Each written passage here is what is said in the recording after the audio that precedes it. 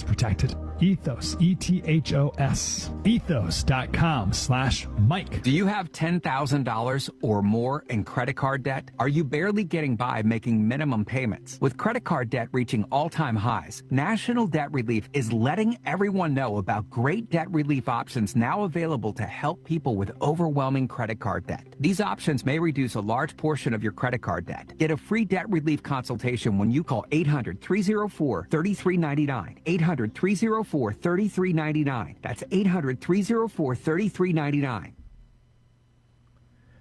A powerful storm, precisely what this impoverished Caribbean country did not need. Although the storm did not directly hit Haiti, heavy rainfall and strong winds caused widespread destruction.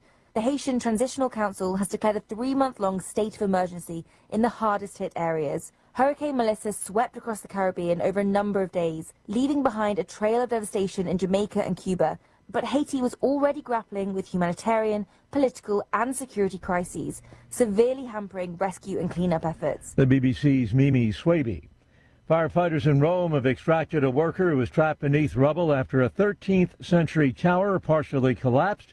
Happened during renovation work. The incident happened on Monday. The rescue is described as very complex due to the structure's instability. 3 workers were rescued unharmed, while another was hospitalized in critical condition.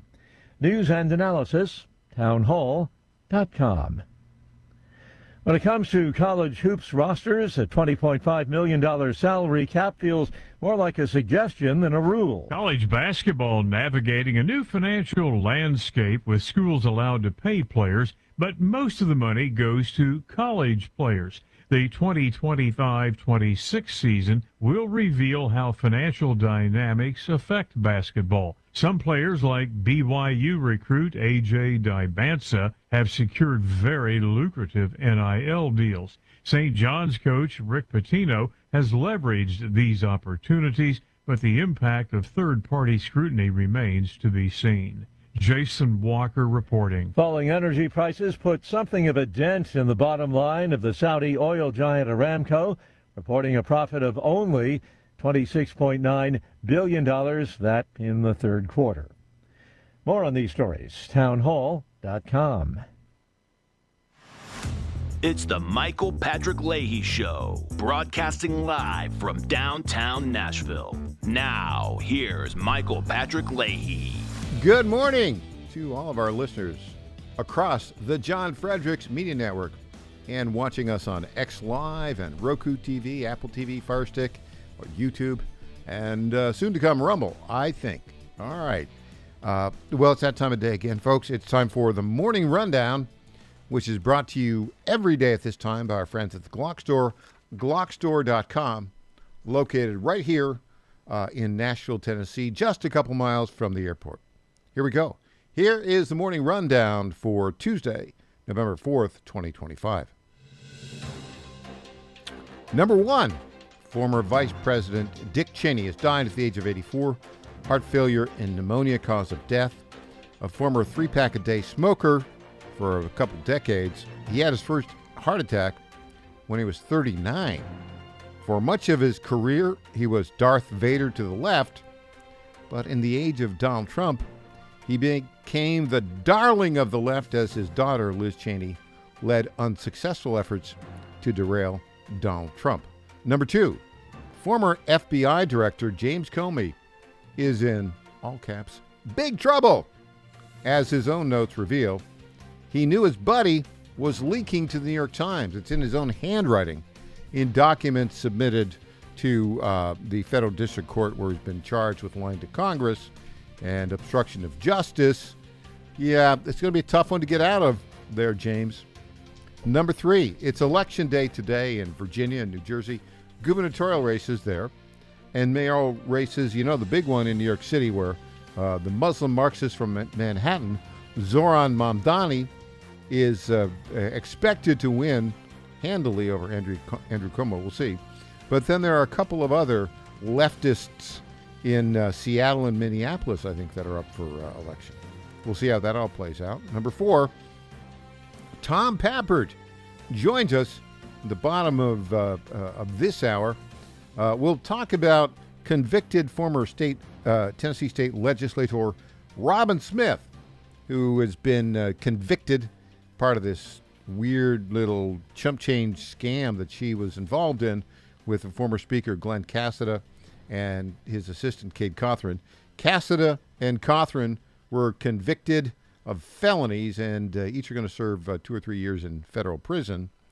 Robin Smith cooperated with the feds, gave them all of the details on it, was sentenced to a misdemeanor, and will serve was sentenced to 8 months in prison.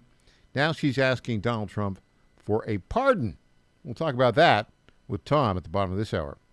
Number 5, the pressure goes for the impeachment of Federal District Court Judge James Boasberg. We'll talk about what Mike Benz has to say about that, and a couple other folks as well. Number 6, Matt Boyle, the one, the only Matt Boyle with Breitbart News, will join us in hour 2. He'll talk about what we can expect tonight with the election results and what impact that might have on the shutdown. Number 7, E.J. Haas, official guest host of the Michael Patrick Leahy Show, will be here in studio for hour 2. And number 8, hour 3, recovering former journalist Clint Brewer in studio, as he is every third hour of this program on Tuesday. Okay, this is the time I like talking about my friend Lenny McGill at the Glock Store. The Glock Store has been a sponsor of the Michael Patrick Leahy Show for years now, even before it was the Michael Patrick Leahy Show. And I've been lucky enough to go to every one of the incredible yearly Glock Store open houses. Well, this year, the Glock Store, they've set their sights on Black Friday. And it's an event you're going to want to try and attend from wherever you are. The details are just coming now together, but if I had to guess, I'm thinking huge discounts on everything, including Glocks, tons of giveaways, great food trucks, maybe some live music, and tons of giveaways. Yes, I did mention tons of giveaways, didn't I? Yeah, because no one does giveaways like the Glock Store does giveaways. Now, of course, all the great Black Friday deals will also be available online, but the real party will be at the Glock Store right here in Nashville, Tennessee, just a couple miles from the airport. If you live outside of Tennessee and you're curious about the Glock Store, this would be a good time to drive down Black Friday. What's that, the day after Thanksgiving, end of the month? That's the Black Friday celebration from Lenny McGill and the one and only Glock Store, glockstore.com, minutes from the Nashville airport. Hint, hint. So you could fly into the Nashville airport. And I know Elon has not yet built that underground tunnel, and the stop hasn't yet been put in or even planned for the Glock Store, but I'm suggesting to Elon, put a stop on the tunnel right at the Glock Store. It's minutes from the Nashville airport and worth the drive from anywhere. That's what we call a nudgeable event. Worth the drive, folks, especially on Black Friday. The glockstore.com, glockstore.com. All right, let's go now to the news of the day.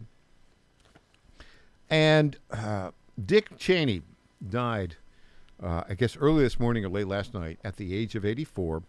He had quite a career. He was born in Wyoming, and then he went to Yale, where he basically flunked out after a year.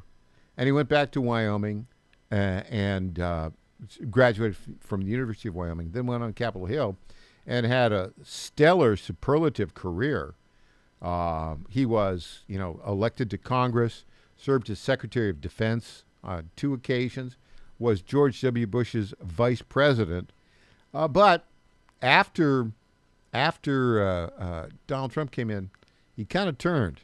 Now, to give you an idea of how he's viewed, we brought this clip just a few hours ago from Morning Joe Scarborough, another kind of former Republican on MSNBC, soon to be MS Now, or as I say, MS Never. Here we go. Clip 21, Morning Joe talking about Dick Cheney.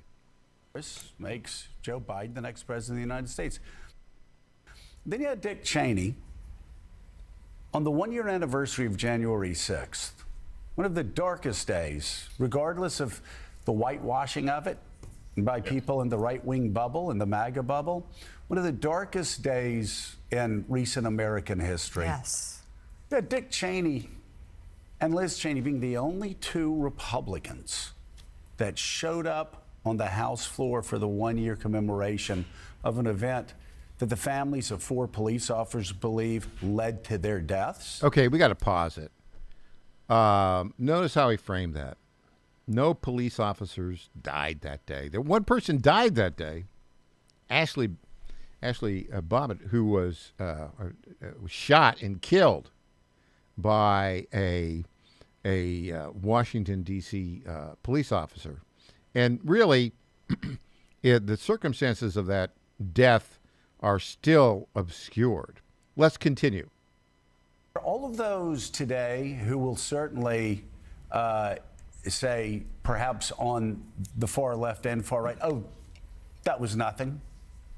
Let me ask, where was every other single Republican in Washington, D.C.? They were all scared to show their faces on that House floor that morning. Dick Cheney and his daughter, though, they were there. And that shouldn't just be sort of brushed aside of like, oh, he just showed up. Because if it were that easy, then hundreds of other Republicans would have shown up that day. And like you said, they basically stood alone. And I think there's a couple things people might not fully understand about power. Like to get to the place where you're a Cheney, or even by the time Pence is vice president, you have to teach yourself to be unemotional in some ways. You have to teach yourself to be somewhat indifferent to criticism. And you're also operating at the same time in a bubble, right? Like really smart people can make... You know, that's what they're saying. Not a word from MS Now, MS Never's host, Joe Scarborough, about the criticism of Dick Cheney for basically putting forward the claim that there were weapons of mass destruction that led to the invasion of Iraq. Not a word about that. Guess he's just forgotten about it. All right, we'll have more when we get back. I'm Michael Patrick Leahy.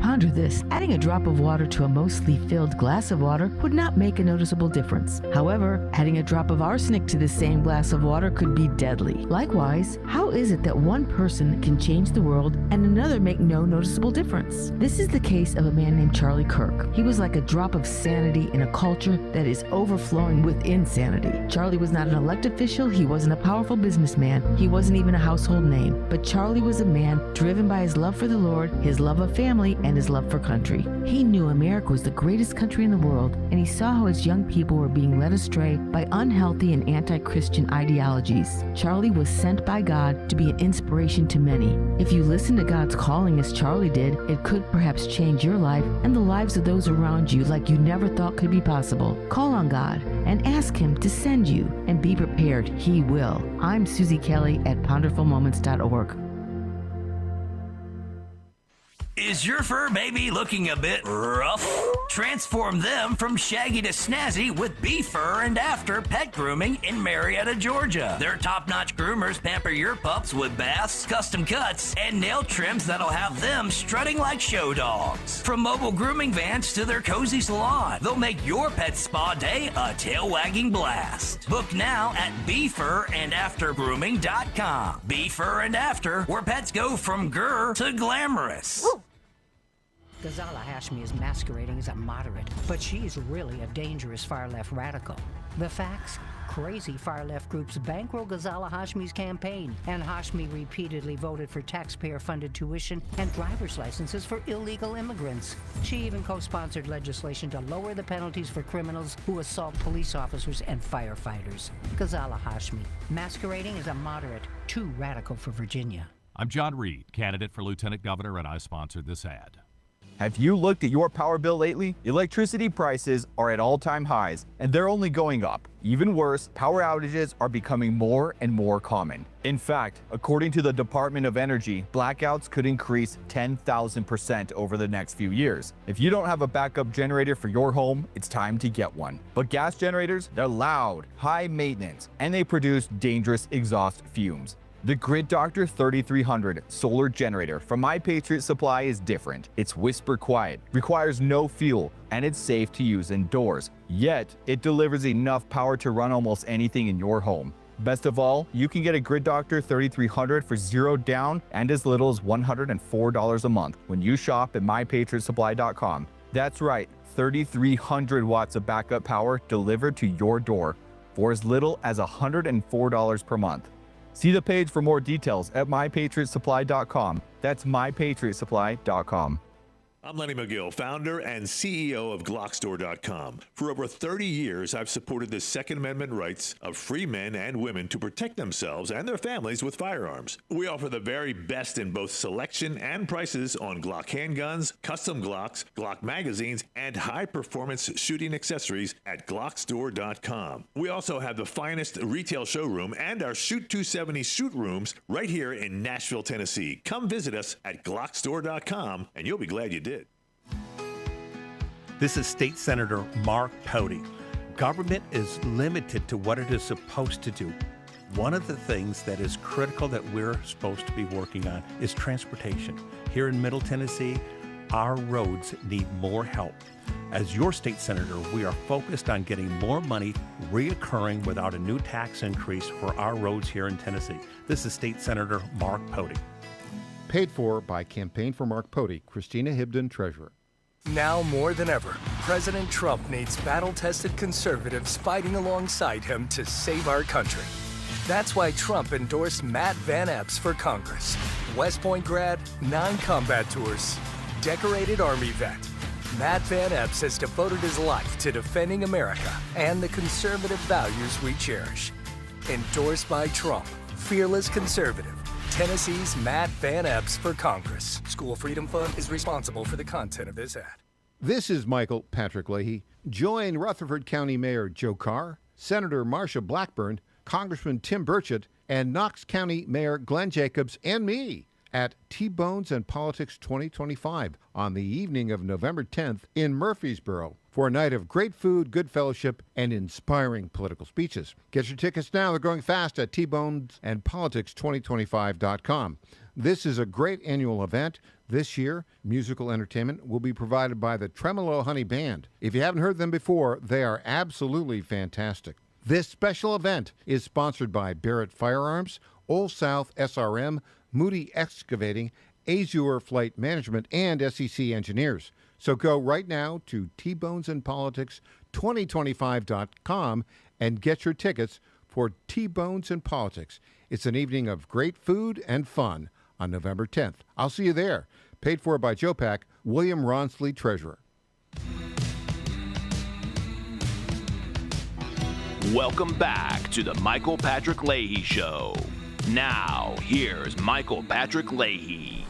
Welcome back to the Michael Patrick Leahy Show. We are broadcasting live from our studios in Nashville, Tennessee. Our phone number, if you want to call in, is 615-814-2848.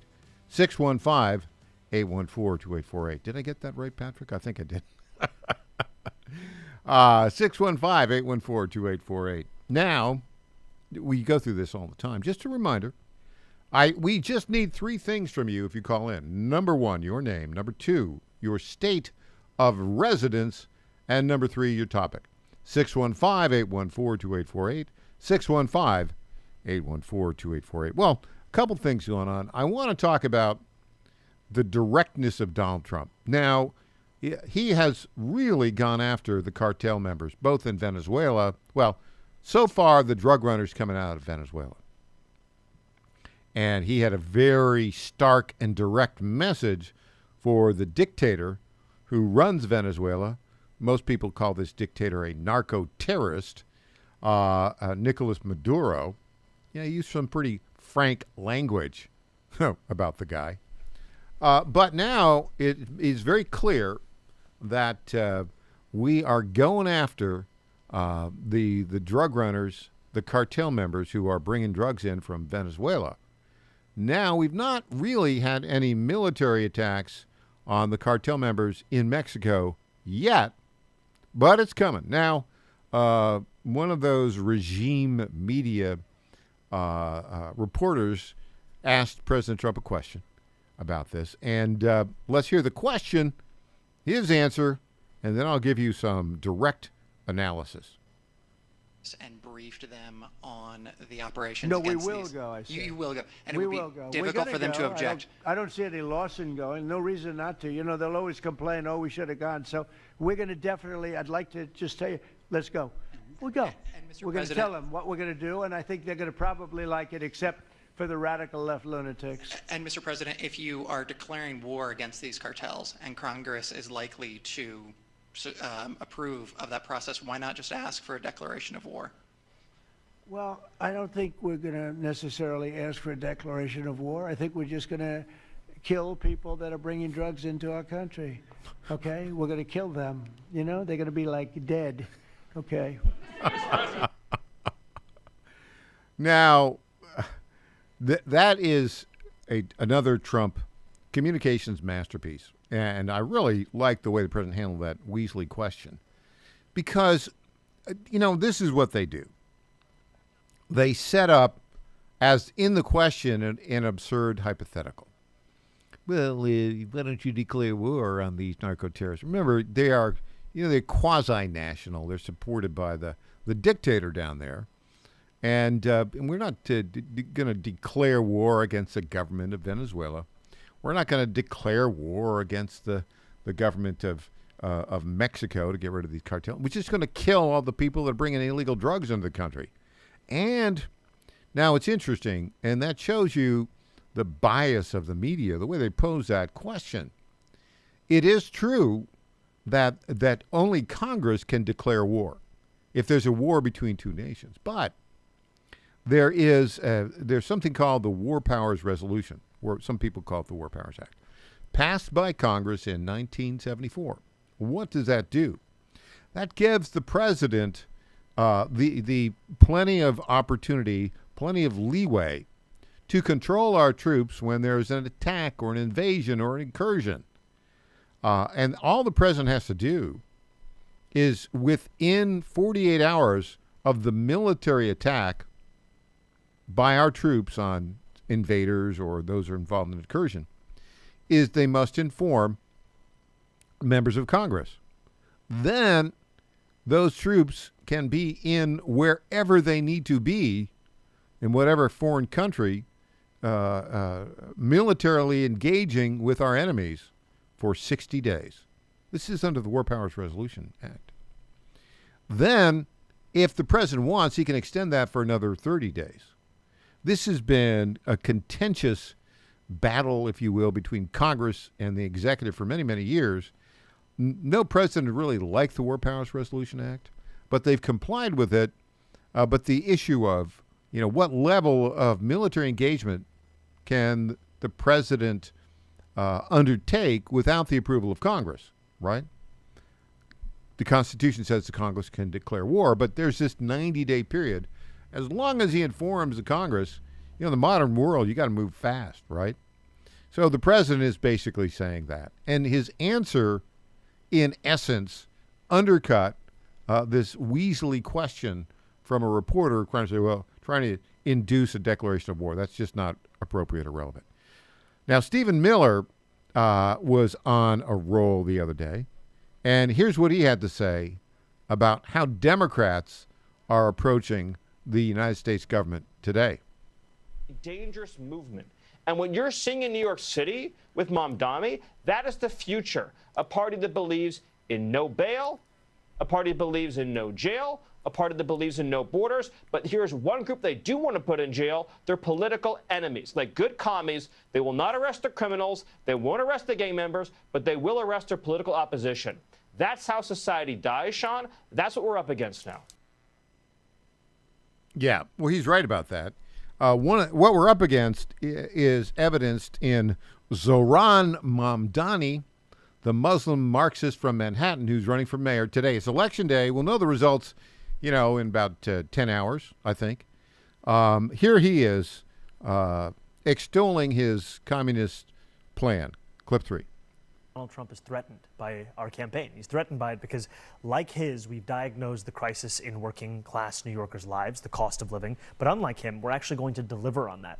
And that is a contrast that he can't bear to see. Because while he is spending $300 million remodeling a White House ballroom, the same amount of money that could provide SNAP benefits for 100,000 New Yorkers, he's trying to make it harder for Americans across the country to actually afford groceries. And this money that we're talking about, it's money that New York City is owed. It's not Donald Trump's to decide which city or state will get what money. This is the money that New Yorkers are owed, and this is the money that we're going to fight for. Okay, so Trump...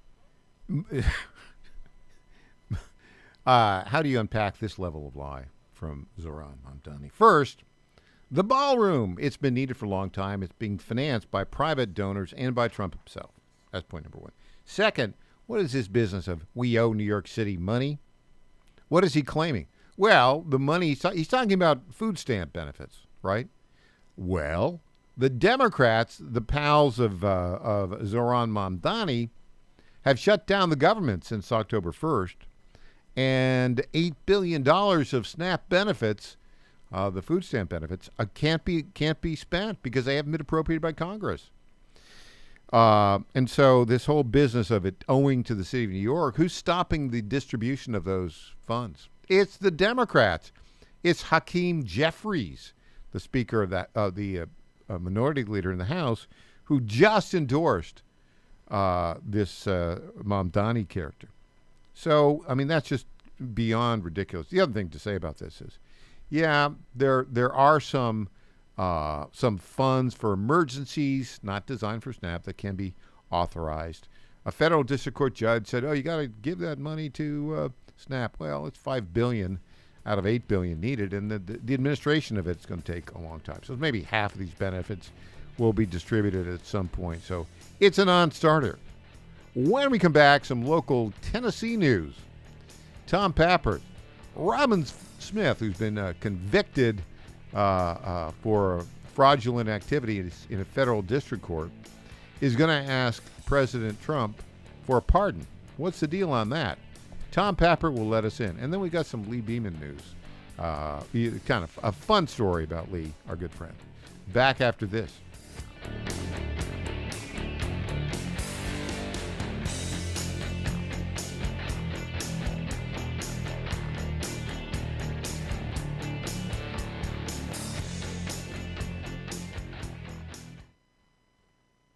Now more than ever, it's imperative to support companies that share our conservative values. That's why I can't be more excited to tell you that I've switched my family to Patriot Mobile. Patriot Mobile is America's only Christian conservative wireless provider. When you switch to Patriot Mobile, you shift your support away from the leftist, woke, progressive agendas of Big Mobile. Patriot Mobile's wireless service works perfectly and seamlessly as you go about your lives with exceptional nationwide coverage that uses the same towers the main carriers use. Patriot Mobile donates a portion of every dollar earned to causes you care about, to organizations that fight for religious freedom, First and Second Amendments, sanctity of life, and the needs of veterans and first responders. Patriot Mobile has plans to fit any budget, along with great discounts for our veterans and first responder heroes, as well as multi-line users. Switching is easy. Just go to patriotmobile.com/Godzilla or call their U.S.-based customer service team, 972-PATRIOT. That's 972-728-7468. Use offer code Godzilla for free activation.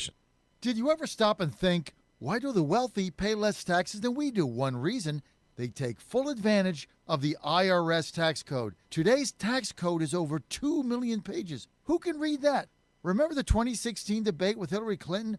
When asked why he doesn't pay more taxes, President Trump had the perfect answer. He said, if you don't like the current tax code, change it. I follow the very laws that you wrote. That's where Julio Gonzalez and his company, Tax Engineered Services, comes in. Julio's team looks at your taxes after they're done, but before you file them with the IRS. He doesn't get between you and your accountant. He reviews your taxes, makes his recommendations, and only gets 5 to 10% of what he saved you. No money up front, no cost. It's tax literacy for MAGA. He also sees what grants you may qualify for. For more information, text ETS to the number 26786. That's ETS to 26786. Text now. From New York City to the world, it's Dominic Carter. Let's keep it real. My white colleagues could never discuss this issue because they would be branded racist immediately. Welfare was one of the worst things that ever happened to black people. Dominic Carter, weeknights on the John Fredericks Media Network. I'm bold enough to do it, and I'm African American, and it's coming from a position of love. Hit johnfredericksradio.com for showtimes in your city. Is your pet ready for some possum fun? At Creekside Pet Hotel in Kennesaw, every day is a tail-wagging adventure. Whether they're romping with friends in day camp, enjoying a staycation in our cozy boarding, or getting pampered in our luxury spa, we make sure every furry guest gets the royal treatment. Happy pets, wagging tails, and the best care. What more could they ask for? Book your pet's perfect getaway today at creeksidepethotel.com or give us a call at 770-422-4700. My fellow Americans, I have to tell you about my good friends at D.T. McCall & Sons. They have furniture and appliances and a lot more. They've been family-owned in Middle Tennessee for over 100 years, and they're not going to rip you off. No hidden charges, no delivery charges, no charges for all of the crazy things. These are sick people at the lumber yards. These are very sick people. They charge you for cords and hoses and haul off. They charge you for all of these things. They call them hidden charges. It's the type of surprise that you don't want to see. It's like an October surprise, but it's worse. D.T. McCall & Sons, they're not going to do that. They're great people. They're going to give you a great deal. With locations in Lebanon, Carthage, Lafayette, Cookeville, and Franklin, D.T. McCall & Sons will give you the deal of your life. Check them out today or go to dtmccalls.com. Impersonator not endorsed by Donald Trump. I flew 9 combat tours taking out terrorists. Matt Van Epps, America First warrior. When my Chinook took enemy fire, I kept her in the air, got our guys, and completed the mission. Matt Van Epps, American hero. Now I'm on a new mission to help Trump save America. I'm Matt Van Epps. I approve this message because I know what to do with terrorists. So these woke wannabes in Washington better take cover. Matt Van Epps, the conservative warrior Trump needs. Paid for by Matt Van Epps for Congress. Welcome back to the Michael Patrick Leahy Show. Now, here's Michael Patrick Leahy. Welcome back to the Michael Patrick Leahy Show. We're broadcasting live from our studios in Nashville, Tennessee. We're joined on our Zoom newsmaker line right now by our lead political reporter at the Tennessee Star and the Star News Network, Tom Pappard. Good morning, Tom. Good morning, Michael. Well, Tom, we have a couple of Tennessee stories we want to talk about here in this segment. Let's start off with your story about former state representative Robin Smith from down near Chattanooga, Republican. She is seeking a presidential pardon, citing cooperation with prosecutors. Before we get into that, let me just say I know Robin, and I have a friendly relationship with her. I knew her when she became the chairman of the Republican Party of Tennessee back in 2008. And I was elected as a delegate statewide to that convention, Republican National Convention in Minneapolis, and got to know her there. She's a nice person. She ran for Congress unsuccessfully, and then she ran for the state rep and won. But she got herself into some trouble. Describe the trouble she got into and what she's asking for here with a presidential pardon. Well, Michael, the trouble was part of this scheme concocted by former Tennessee House Speaker Glenn Quesada and Cade Cothran, his legislative assistant or something to that effect, chief of staff. This was a scheme. Right. This was a scheme where essentially they would solicit General Assembly members who get a certain amount of taxpayer funding to create and deliver mailers to their constituents. And so the scheme was, according to Robin Smith, that she felt very bad about the current political stature of Quesada and Cothran. She felt that they had been unfairly treated and marginalized. And so she was willing to help with this so they could get a second chance in politics. but her rules were that Quesada's name could not be on it because he was toxic. So the solution, this is all what came out through the courts, was for Catherine to create a business under the fictitious name Matthew Phoenix. I think they wound up making about $70,000 through Phoenix Business Solutions as part of this mail-in scheme. They were eventually in 2021. It was actually very interesting timing, Michael. About a week after Joe Biden got into office, I think, they were raided by the FBI. And very quickly, within the first year of the investigation, Smith was cooperating with prosecutors and had entered a guilty plea as part of a plea deal. Well, now here we are. The case has finally been decided. As you said, the two who contested their innocence are serving 3 years and 2.5 years, respectively, while Catherine is serving 8 months. She says that this is not correct. Smith has been sentenced to 8 months. Smith has been sentenced to 8 months. Sorry. I think Catherine's, I forget. Catherine is 30 months, 2.5 years in prison. And then Glenn Cassada, the former Speaker of the House, is like, I think 3 years. I think that their conviction. So that's exactly right. And now Smith is saying, again, because of this cooperation that she offered so early, she testified on behalf of the prosecution. She was frankly very honest, it seems to me, in her role in all this. She was not happy with the 8-month sentence and argues now that this case was only brought as an example of lawfare under the Biden Department of Justice. And if the three of them were not Republicans, this conviction would have never occurred. So she's going to be arguing what it was, selective prosecution, I suppose, vindictive prosecution. I don't know. I mean, look, first, chump change, $70,000. I mean, this is very low-end stuff. But even such, it was not, I mean, the two fellows were convicted unanimously on the charges. And look, if you're the Speaker of the House of the state of Tennessee, you have a duty to be an honest person and not to kind of misrepresent. And I think that the jury found both Cassada and Catherine guilty. Okay. Right. Well, and it's very interesting that Cassada was looking, I think both of them, actually. It was a 17-count indictment that they were found guilty on. I think they were looking at something to the effect of 20 years behind bars. Yeah. And again, we're looking at 3 years, 2.5 years, and for the cooperating witness, 8 months. So I think you're right that there is certainly an argument to be made that these sentences are reasonable, that they were found guilty. She did plead guilty, and her sentence is what, like less than a third. I think the 8 month. Those two, Catherine and Cassada, I think they were convicted of felonies. I think she pled guilty to a misdemeanor. I think.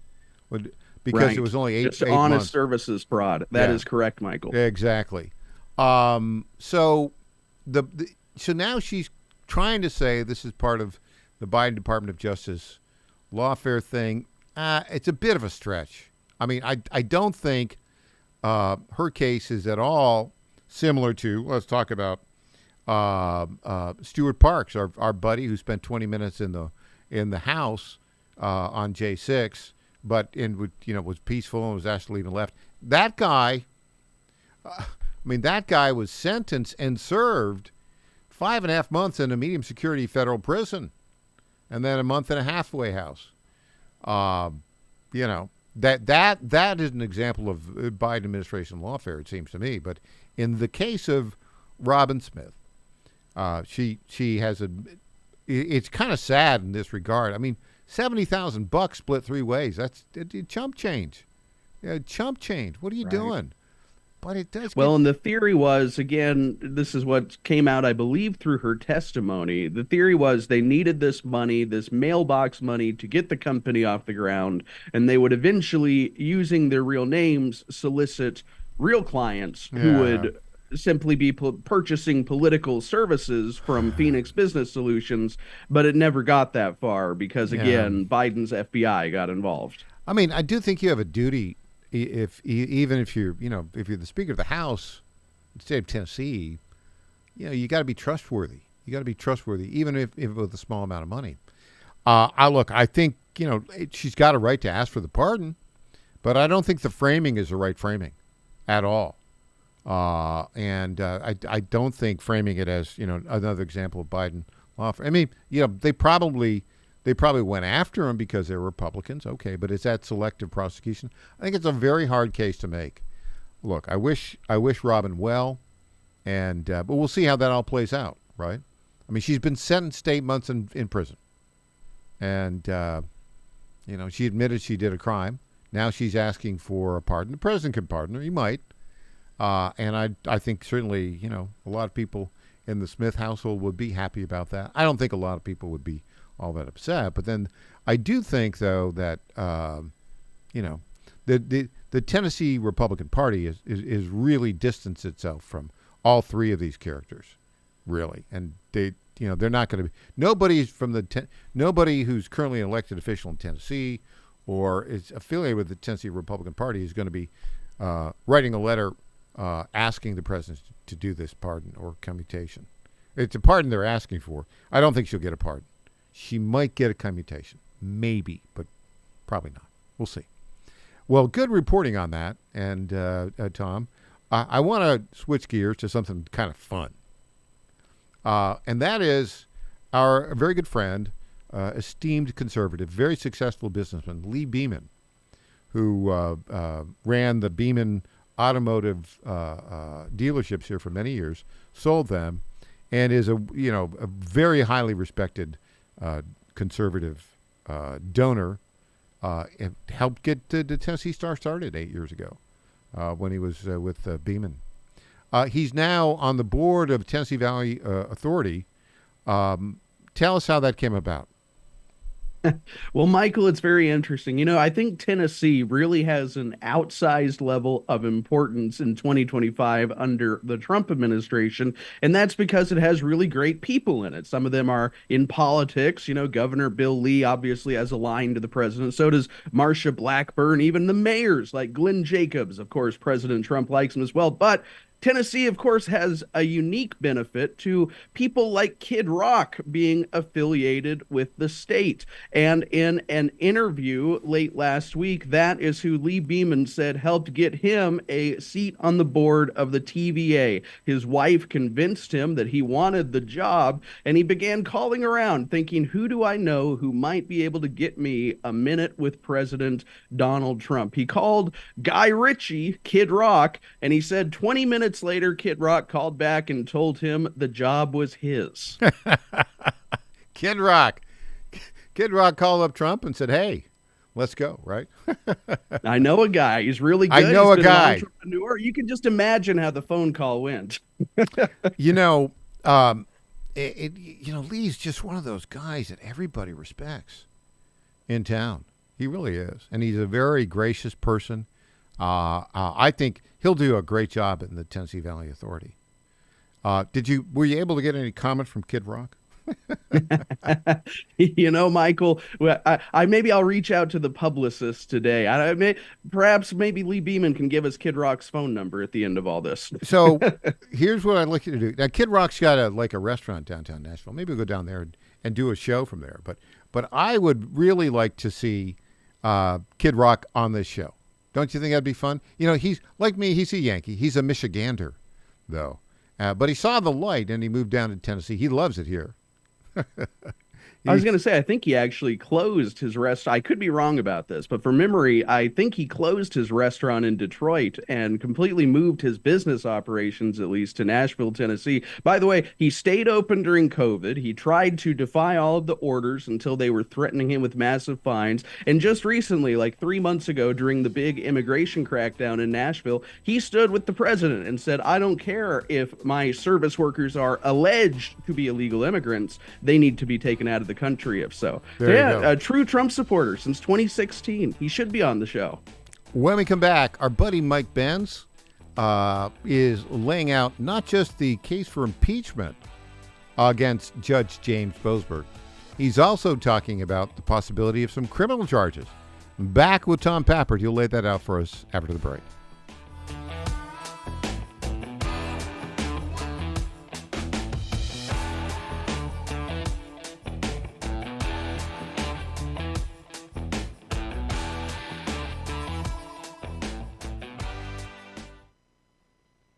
Each of us is born with 30 trillion cells that make us.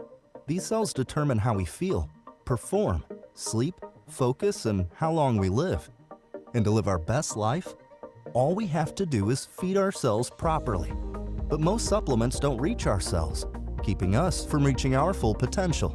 Make every cell count with Healthy Cell. Founded with a mission to empower people to take control of their own health at the most fundamental level, the cell. Dr. Vincent Giampapa, world-renowned cell researcher and medical doctor, created supplements that work at the cellular level to support immune health, better sleep, sharper focus, and healthy aging. Go to healthycell.com and use code GODZILLA for 20% off your first order of any product. That's healthycell.com, HEALTHYCELL, and use code GODZILLA for 20% off. 1775 Coffee is giving away free starter kits. Try the dark or medium roast coffee with longevity blend, an infused blend with anti-aging supplements clinically proven to reduce biological age. When you purchase the first 2 bags, you'll receive a free 1775 starter kit, including a third 16-ounce bag of coffee, a matte black tumbler, a frother, a gold scoop, or a reusable K-cup filter. Just order now at 1775coffee.com/Godzilla and claim your free 1775 starter kit while supplies last. Ghazala Hashmi is masquerading as a moderate, but she's really a dangerous far-left radical. The facts? Crazy far-left groups bankroll Ghazala Hashmi's campaign, and Hashmi repeatedly voted for taxpayer-funded tuition and driver's licenses for illegal immigrants. She even co-sponsored legislation to lower the penalties for criminals who assault police officers and firefighters. Ghazala Hashmi, masquerading as a moderate, too radical for Virginia. I'm John Reed, candidate for Lieutenant Governor, and I sponsored this ad. The Cats and Cosby Show. It's a common sense recap of the big stories. Mamdani visited a very controversial Brooklyn mosque just months after the imam there called for the annihilation of Israel. Your thoughts? This is a total failure of the media, the journalists, and the Democratic Party to confront this kid with his own background. He's a rabid socialist. Cats and Cosby, 5 Eastern, 4 Central on the John Fredericks Media Network. He gave the finger to the Columbus statue. Right. I can't almost think of any group he hasn't offended. Is your fur baby looking a bit rough? Transform them from shaggy to snazzy with Befur and After Pet Grooming in Marietta, Georgia. Their top-notch groomers pamper your pups with baths, custom cuts, and nail trims that'll have them strutting like show dogs. From mobile grooming vans to their cozy salon, they'll make your pet spa day a tail-wagging blast. Book now at BefurandAfterGrooming.com. Befur and After, where pets go from grr to glamorous.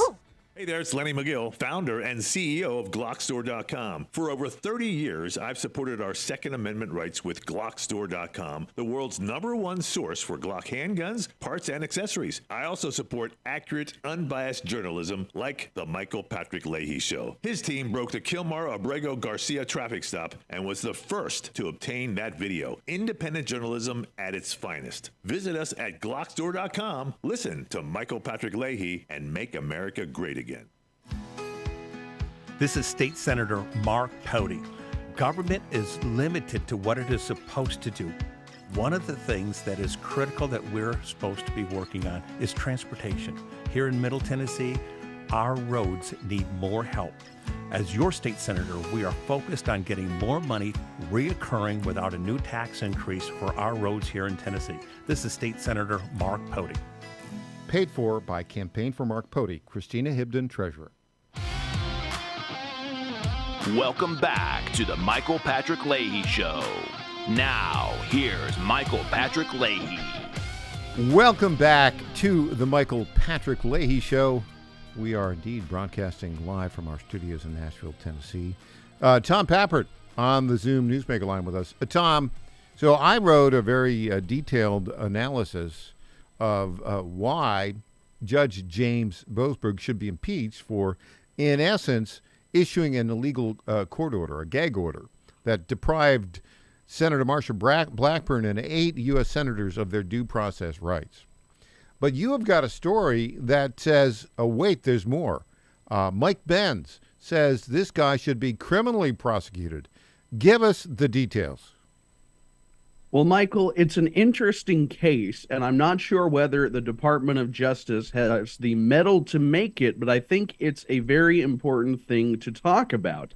Mike Benz made the case that Judge Boasberg, through issuing or granting the request for these subpoenas, he deprived the senators of their rights under color of law by blocking them from ever discovering the records were subpoenaed for at least 1 year. He also obstructed proceedings before Congress by placing this gag order on the subpoenas so they would not know. And finally, he engaged in a conspiracy with former special counsel Jack Smith, to infringe upon the senators' rights. This is all according to Mike Benz. You can also take a look at what Sean Davis, the co-founder of the Federalist, has pointed out, which is another federal law, 2 U.S.C. 6628, which specifically forbids data carriers from complying with things like judicial subpoenas for data of senators if it has anything to do with official Senate business. The data carriers in this instance went right along with it regardless. Yeah, the official Senate business was whether or not to certify the 2020 presidential election. That fits right in the Stored Communication Act. Now, let's talk about this for a moment. It does kind of suggest other impeachments where criminal charges were brought against sitting federal judges. Now, those criminal charges were brought more for, typical things like bribery and financial malfeasance. But in this case, these criminal charges relate to denying the civil rights and the due process rights of 9 sitting United States senators. I mean, that has never happened in American history, has it? No, it has not. And as Ted Cruz, believe it or not, of all people, has pointed out, because he was involved in this. They tried to get his records. They didn't get his personal. They did wind up getting his office records because it was a different carrier. And he's pointed out this is 20% of the Republicans in the U.S. Senate at the time were being spied on by the Biden administration. I mean, it's such a tired tactic to say this, but just imagine if it came out tomorrow that President Donald Trump was spying on Chuck Schumer, Nancy Pelosi, AOC, the Mamdani campaign. It would be the end of MAGA as we know it, and it should absolutely mean a reckoning for the left, or at least this Judge Boasberg. Well, what do you think? Will the Department of Justice look into this and begin investigating the possibility of filing criminal charges against Federal District Court Judge James Boasberg? What do you think? What are the odds? Now, Michael, I can almost understand the bias of the Department of Justice because they're afraid of ruining an image that's already in the gutter. And so I'm sure that the majority of lawyers there are thinking we can't do something like this. It would destroy law and order, and democracy is at stake, and all of the usual talking points. But as we've seen under the Trump administration, the president and the White House are able to power through at least some of this. So I think that there would be a decent shot of Trump putting somebody on in the Department of Justice who would be willing to do this.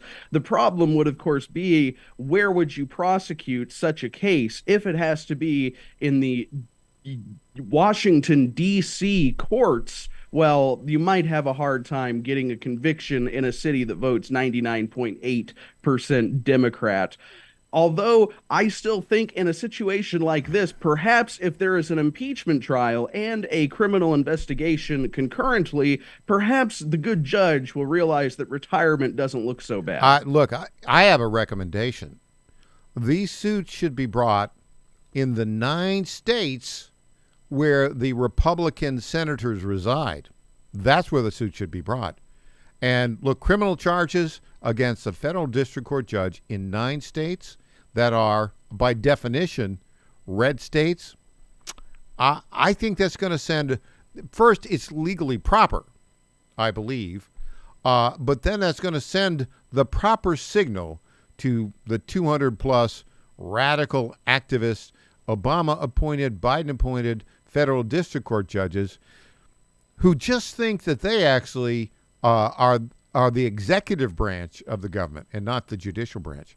30 seconds, Tom. Your final thoughts. Well, you know, Michael, it would send an important message to them, but it would also send an important message to Congress, and that is that the DOJ is not going to lay down and go to sleep and put their head in the sand. So perhaps Congress should not do so either, and Congress should start impeaching this judge immediately. So I've got my civil procedure class Thursday night. I'll ask the professor, can these charges be brought in the 9 states? I think they can be. Well, back. Tom, thanks so much. Thank you, Michael. Always a great pleasure. It's a lot of fun. EJ Haas is in the house. She'll be with us in hour 2. And the great Matt Boyle will be on the phone with us at 10 o'clock. Back after this.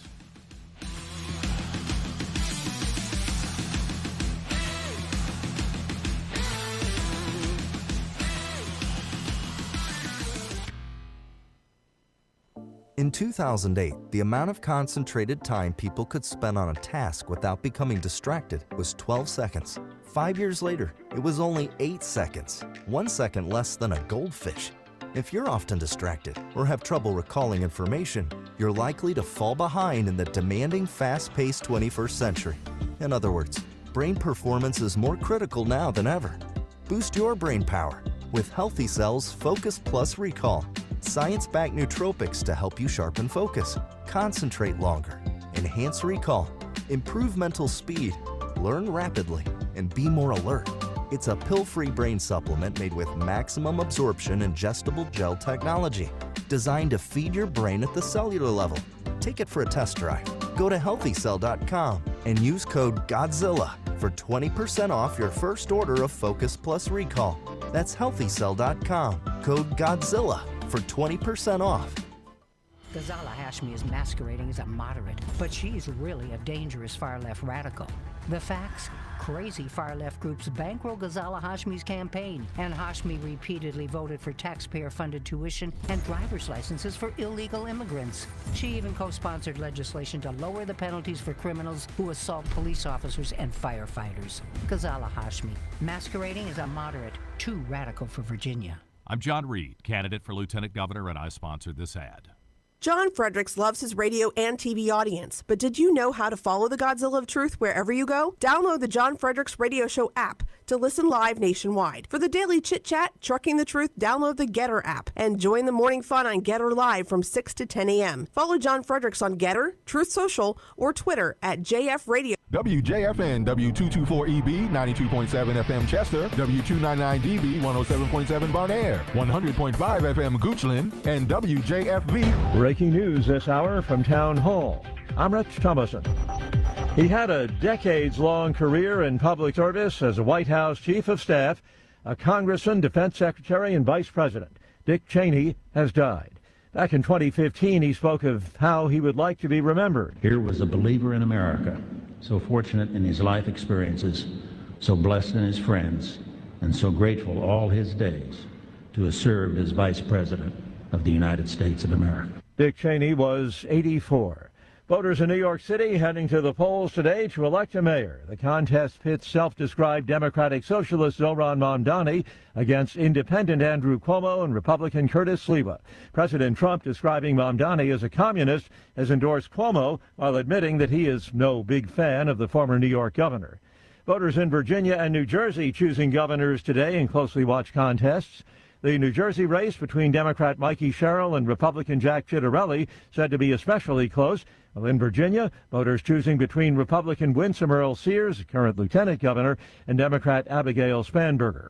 Top Republican in the Senate, optimistic the federal government could reopen by week's end. With the government shutdown now in its 35th day, there are some fresh signs it could end soon. Senate Majority Leader John Thune said he thinks they're getting close to an off-ramp. Talks are taking place about promising a vote on the health care tax credits that are being pushed by Democrats. Meanwhile, the Trump administration said it will partially fund the SNAP food assistance program this month by tapping an emergency fund. Greg Clugston, Washington. Wall Street's been trying to recover from earlier heavy losses, making some progress, but still in the red. The Dow is down about 109 points. The Nasdaq off 243, and the S&P is down 43. More on these stories, townhall.com. Just hearing the word IRS can make people break out in a cold sweat. No one wants to deal with the IRS, and now you don't have to. The good news is Legal Tax Defense has been successfully negotiating with the IRS for more than 15 years. It doesn't matter how much you owe, whether it's $5,000 or $5 million. You deserve the best in the business on your side, and that is Legal Tax Defense. Even if you're working with someone else and just want a second opinion, there is no cost or obligation to call. They can prevent levies, liens, wage garnishments, even file back tax returns. And the best news about Legal Tax Defense is they won't take your case unless they know they will reduce or eliminate your tax debt. Call Legal Tax Defense right now for a free, no-risk consultation. 800-292-7875. 800-292-7875. You have nothing to lose but everything to gain. 800-292-7875. The Red Cross reports that Israel has returned the bodies of 45 Palestinians. This comes one day after Hamas militants returned the remains of 3 Israeli soldiers. Those Israeli soldiers died in a Hamas-led attack in October of 2023. This exchange is part of a U.S. brokered ceasefire aimed at ending the conflict between Israel and Hamas. Since the truce began in October, Palestinian militants have released the remains of 20 Israeli hostages, with 8 still in Gaza. Correspondent Andrew Stewart. Rescuers on a mountain in Nepal digging through ice and snow to recover the bodies of 7 climbers killed in an avalanche. The avalanche hit the base camp yesterday morning, but snowstorms delayed the rescue attempts. Improving weather allowed a helicopter to reach the site today. 4 injured climbers have been flown to Kathmandu to receive treatment. News and analysis at townhall.com. Microsoft will be shipping NVIDIA's advanced AI chips to the United Arab Emirates. The U.S. Commerce Department approved the deal back in September. The company plans to send more than 60,000 NVIDIA chips, including the advanced GB300 Grace Blackwell chips, for use in the UAE data centers. The UAE's access to the chips is linked to its pledge to invest $1.4 trillion in U.S. energy and AI projects.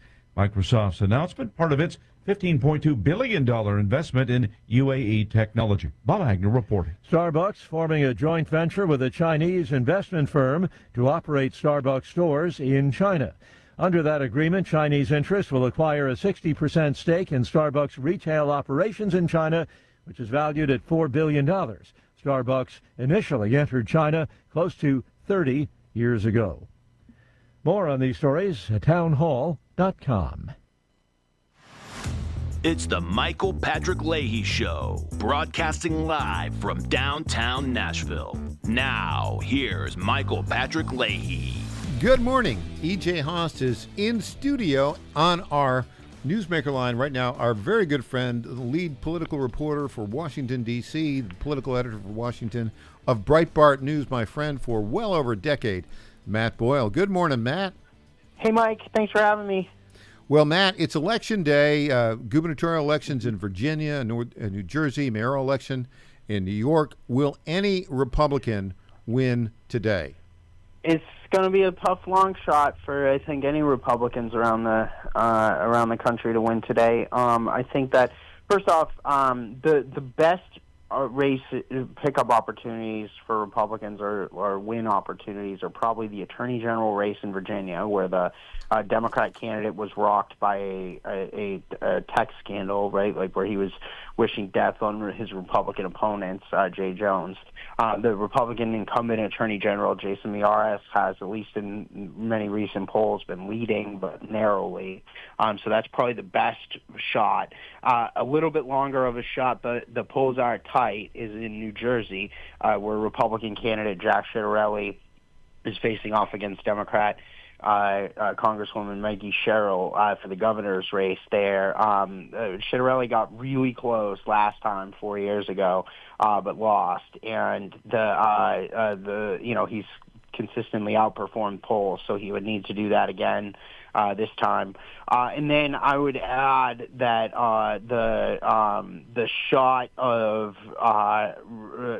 removing 3 Democrat Supreme Court justices in Pennsylvania seems real. So we'll see what happens in that situation there. But look, these are, with the exception of Pennsylvania, all of the elections today are in places, with the exception of like a couple places, like I think the Cincinnati mayor and stuff like that. There's the major elections that everybody's watching today: New York City, New Jersey, Virginia. These are all states that in areas that Trump didn't win in 2024 or any election, frankly, right? Like, and so I wouldn't read too far into the results.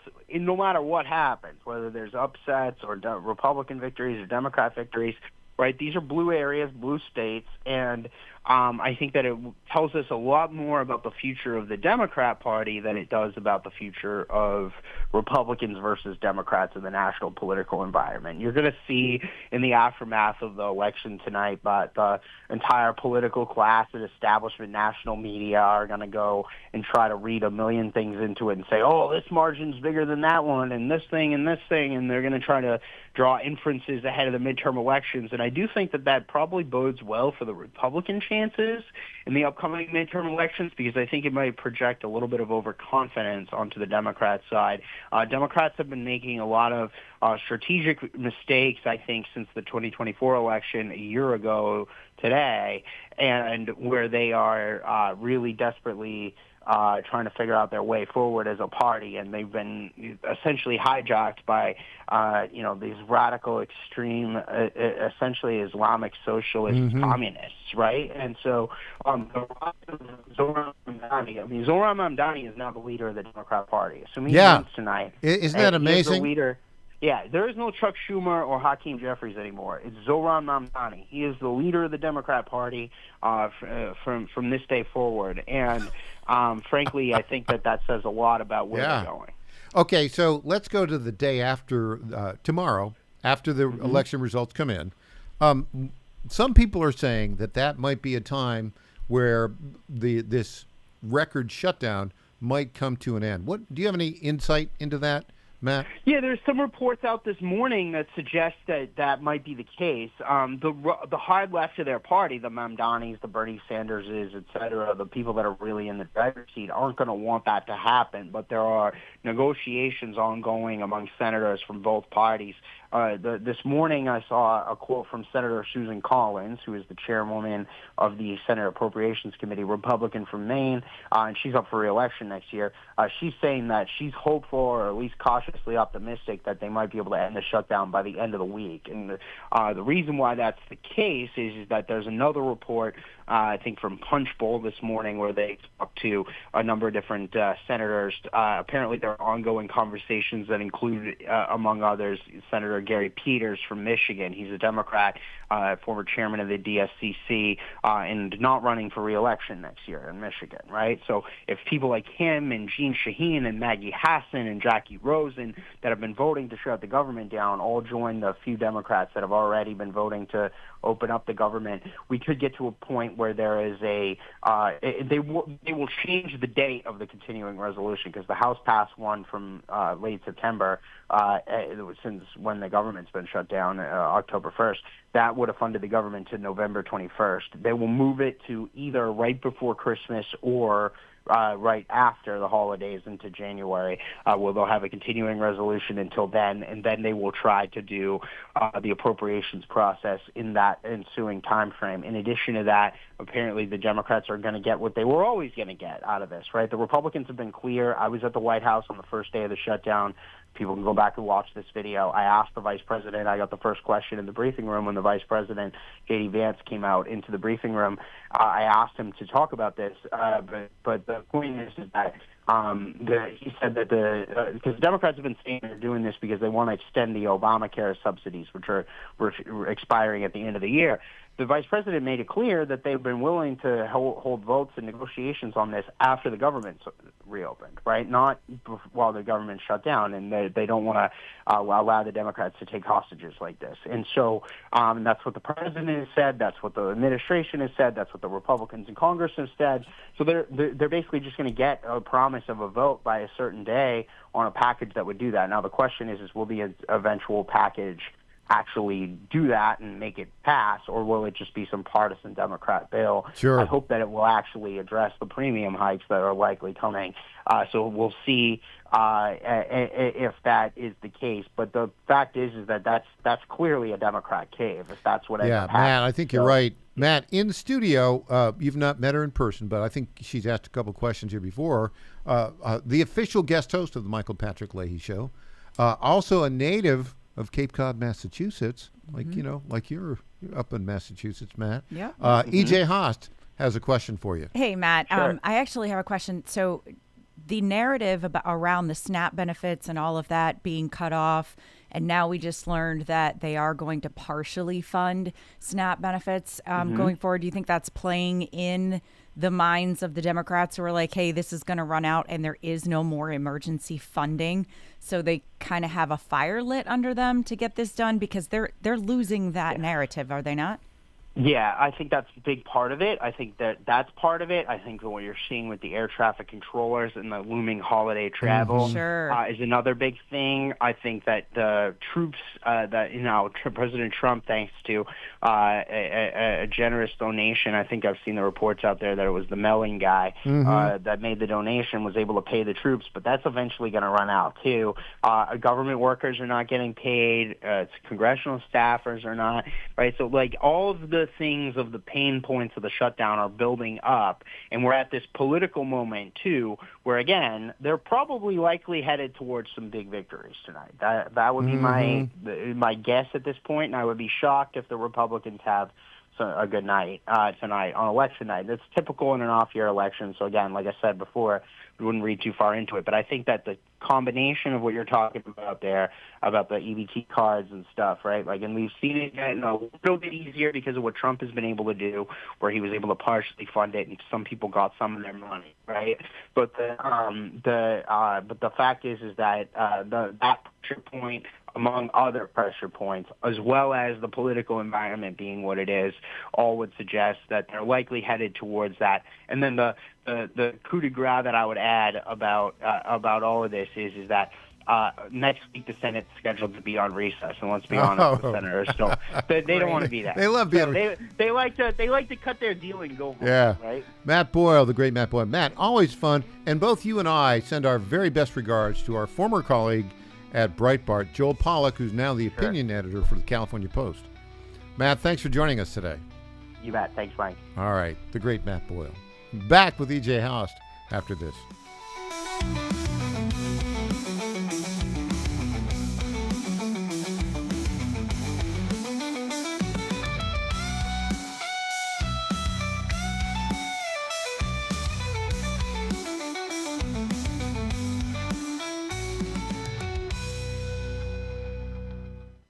Hey folks, Al Green here for SatPhone. When you're on the go, you want to know you're connected. If it's a family vacation or an off-the-grid escape to a remote destination, having reliable communication helps you feel safe and secure. You can't afford to find yourself in a dead zone. That's why you need SatPhone. SatPhones are reliable, durable, and give you global coverage. If you can get outside, you can get in touch. It's that simple. Make calls from your SatPhone to any regular cell phone in the United States. The phones are a $1,500 value, but you can get yours free. Just sign up for a 15-month plan, $94.95 a month. Get 150 minutes monthly that roll to the next month. Go 3 months without using them, that's fine. Yes, 3 months, 450 minutes, all yours. Visit SAT123.com or call 855-980-5830. SAT123.com, 855-980-5830. Get surety and security with your sat phone. Call now.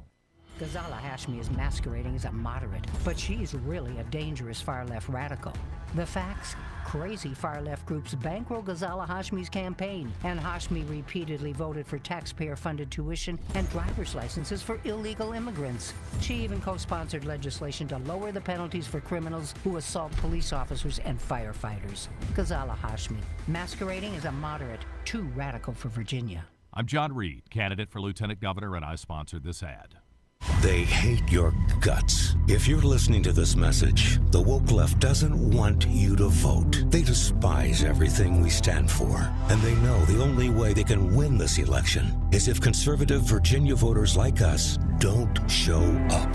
From the second we re-elected President Trump, they've stopped at nothing to stop us. They call us stupid. They lie their butts off. They even fantasized about murdering us. If conservatives don't vote, Jay Jones will be in charge of law enforcement, and Abigail Spanberger will decide what kind of man gets to undress next to your daughter at school.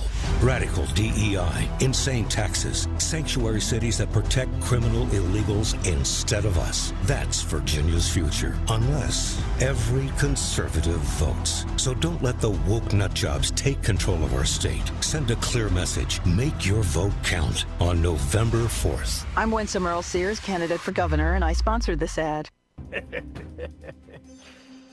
Get in. We're stealing homes. We're not like those other home criminals that steal your stuff. We steal your hard-earned home equity. We find your property online from the public record. Got it. Create a deed transfer that makes us the homeowners. Got it. And borrow tons of cash against your equity, and you won't know till the foreclosure notice hits months later. Just go to HometitleLock.com/Godzilla. Protect yourself. I'm Lenny McGill, founder and CEO of GlockStore.com. For over 30 years, I've supported the Second Amendment rights of free men and women to protect themselves and their families with firearms. We offer the very best in both selection and prices on Glock handguns, custom Glocks, Glock magazines, and high-performance shooting accessories at GlockStore.com. We also have the finest retail showroom and our Shoot 270 shoot rooms right here in Nashville, Tennessee. Come visit us at GlockStore.com, and you'll be glad you did. This is State Senator Mark Pody. Government is limited to what it is supposed to do. One of the things that is critical that we're supposed to be working on is transportation. Here in Middle Tennessee, our roads need more help. As your state senator, we are focused on getting more money reoccurring without a new tax increase for our roads here in Tennessee. This is State Senator Mark Pody. Paid for by Campaign for Mark Pody, Christina Hibden, Treasurer. Now more than ever, President Trump needs battle-tested conservatives fighting alongside him to save our country. That's why Trump endorsed Matt Van Epps for Congress. West Point grad, 9 combat tours, decorated Army vet. Matt Van Epps has devoted his life to defending America and the conservative values we cherish. Endorsed by Trump, fearless conservative. Tennessee's Matt Van Epps for Congress. School Freedom Fund is responsible for the content of this ad. This is Michael Patrick Leahy. Join Rutherford County Mayor Joe Carr, Senator Marsha Blackburn, Congressman Tim Burchett, and Knox County Mayor Glenn Jacobs and me at T-Bones and Politics 2025 on the evening of November 10th in Murfreesboro for a night of great food, good fellowship, and inspiring political speeches. Get your tickets now. They're going fast at tbonesandpolitics2025.com. This is a great annual event. This year, musical entertainment will be provided by the Tremolo Honey Band. If you haven't heard them before, they are absolutely fantastic. This special event is sponsored by Barrett Firearms, Old South SRM, Moody Excavating, Azure Flight Management, and SEC Engineers. So go right now to tbonesandpolitics2025.com and get your tickets for T-Bones and Politics. It's an evening of great food and fun on November 10th. I'll see you there. Paid for by Joe Pack, William Ronsley, Treasurer. Welcome back to the Michael Patrick Leahy Show. Now, here's Michael Patrick Leahy. Welcome back. Our number is 615-814-2848, 615-814-2848. Tell our intrepid producer, Patrick, 3 things. 1, your name. 2, your state of residence. And 3, your topic. Actually, try and make your topic what we're talking about. 615-814-2848. In studio, in the house, the official guest host of the Michael Patrick Leahy Show, E.J. Haast. E.J.? Good morning. That interview with Matt Boyle. Always great. He's got excellent insight. He really does. You know, what struck me, and, you know, we've been, you know, kind of thinking about this a little bit, but he hit it head on. The new leader of the Democrat Party is the socialist Marxist Muslim Zoran Mamdani, born in Uganda, didn't come to the United States until he was 7 years old. Yeah. And you know what? I'm going to add one more descriptor to that. Fraud. Yeah. And here's why I say that. He is a fraud. He's telling you one thing now so that he can get elected, and then it's not going to happen. And he's already proving himself a liar. So this morning, now what's he been saying all along? Free groceries for everybody. Free grocery stores. And this morning he gets on the news and he says, well, maybe not free exactly. We just want it to be a little cheaper, right? He, over the weekend, very late into the early morning hours of, I believe, Saturday night, Sunday morning, he visited a very popular gay bar in New York City. Because nothing says true Islam like supporting gay bars, right? Exactly. So how do you square that with your religion, sir? You know, you've said really awful, horrible things. He's also sort of falling apart. So he's blaming Trump this morning also for the bomb threats that have happened in New Jersey. So when somebody shows you who they are, believe them. Yeah. He's a fraud. He's a charlatan. He's someone who will say what he thinks will help him get ahead versus actually having, you know, strongly held beliefs. And so if that's what the head of the Democrat Party, think about what happens going forward. And that goes the same for the other folks that are running in Virginia and New Jersey who've also proven themselves to be pretty shady characters. And so it'll be really interesting to see how this all plays out from a character of the party standpoint. I want to see what people take from this. Yes, let the Democrats think that's going to win, because I truly believe that come around next election cycle, certainly for the midterms, if that's who they are, the Republican Party is where all the normal, non-crazy, you know, doesn't have a mental disability people will go. So I think we're at a point in our country's history where about 20% of our population is mentally ill, and they're all supporting Democrats. Yeah. I think there's some evidence to support that. It's not just that they're mentally ill. It's that the hallmark of American character, which is hard work, honesty, ambition, self-confidence. These are things that 20% of the population rejects right now. Your thoughts on that? EJ? Yeah, and responsibility. Yeah. Right? Like the American culture, you're absolutely right. It's integrity. It's picking yourself up by your bootstraps. It's being responsible. The freedom to, I've said this many times over, it's the freedom to do things. Yeah. It's not freedom from religion. It's the freedom to practice religion. That from to dynamic is really important.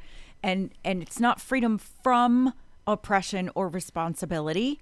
It is freedom to try new things and face those consequences. And so when we start talking about language and how it matters or whatever, it actually impacts our culture as a whole and the character of the two-party system the way we have it. And we have like a really good opportunity. If you're the GOP and you're a Republican who wants to, you know, win these midterms and everything else, don't just attack them for, oh, he said this, or they're going to cost more money, or blah, blah, blah, all those other things. Attack the character that doesn't align with the majority of Americans. The race that I'm really looking at right now as an indicator of how far gone some Americans are today is the race for Attorney General in Virginia. Let's set this up. Jason Myers is a son of Cuban immigrants. He went to, I think, James Madison University and William and Mary College of Law, and has been a highly effective Attorney General in Virginia. He's a Republican. He's served for 4 years. He's running against Jay Jones, who's 36 years old, Never really had a job. Did go to University of Virginia Law School, was elected a delegate to the House of Delegates at their lower house there. And kind of had some, make good attorney job for a bit. But he is a vile person. He's the person who has communicated as recently as 2022 and said he wants to put 2 bullets in the head of the Republican Speaker of the Virginia House. He said he wants the wife of the Republican Speaker of the Virginia House to hold her 2 children in her arms as they die, because only if people fear you can you have any political impact. That's shocking. It's shocking what happened there. But again, go back to, he was told in that text thread, hey, I don't like it when you talk this way. He was given opportunity to walk back and say, yeah, that's a poor joke. Nope, it's not a joke. It's not a joke. This is who I am.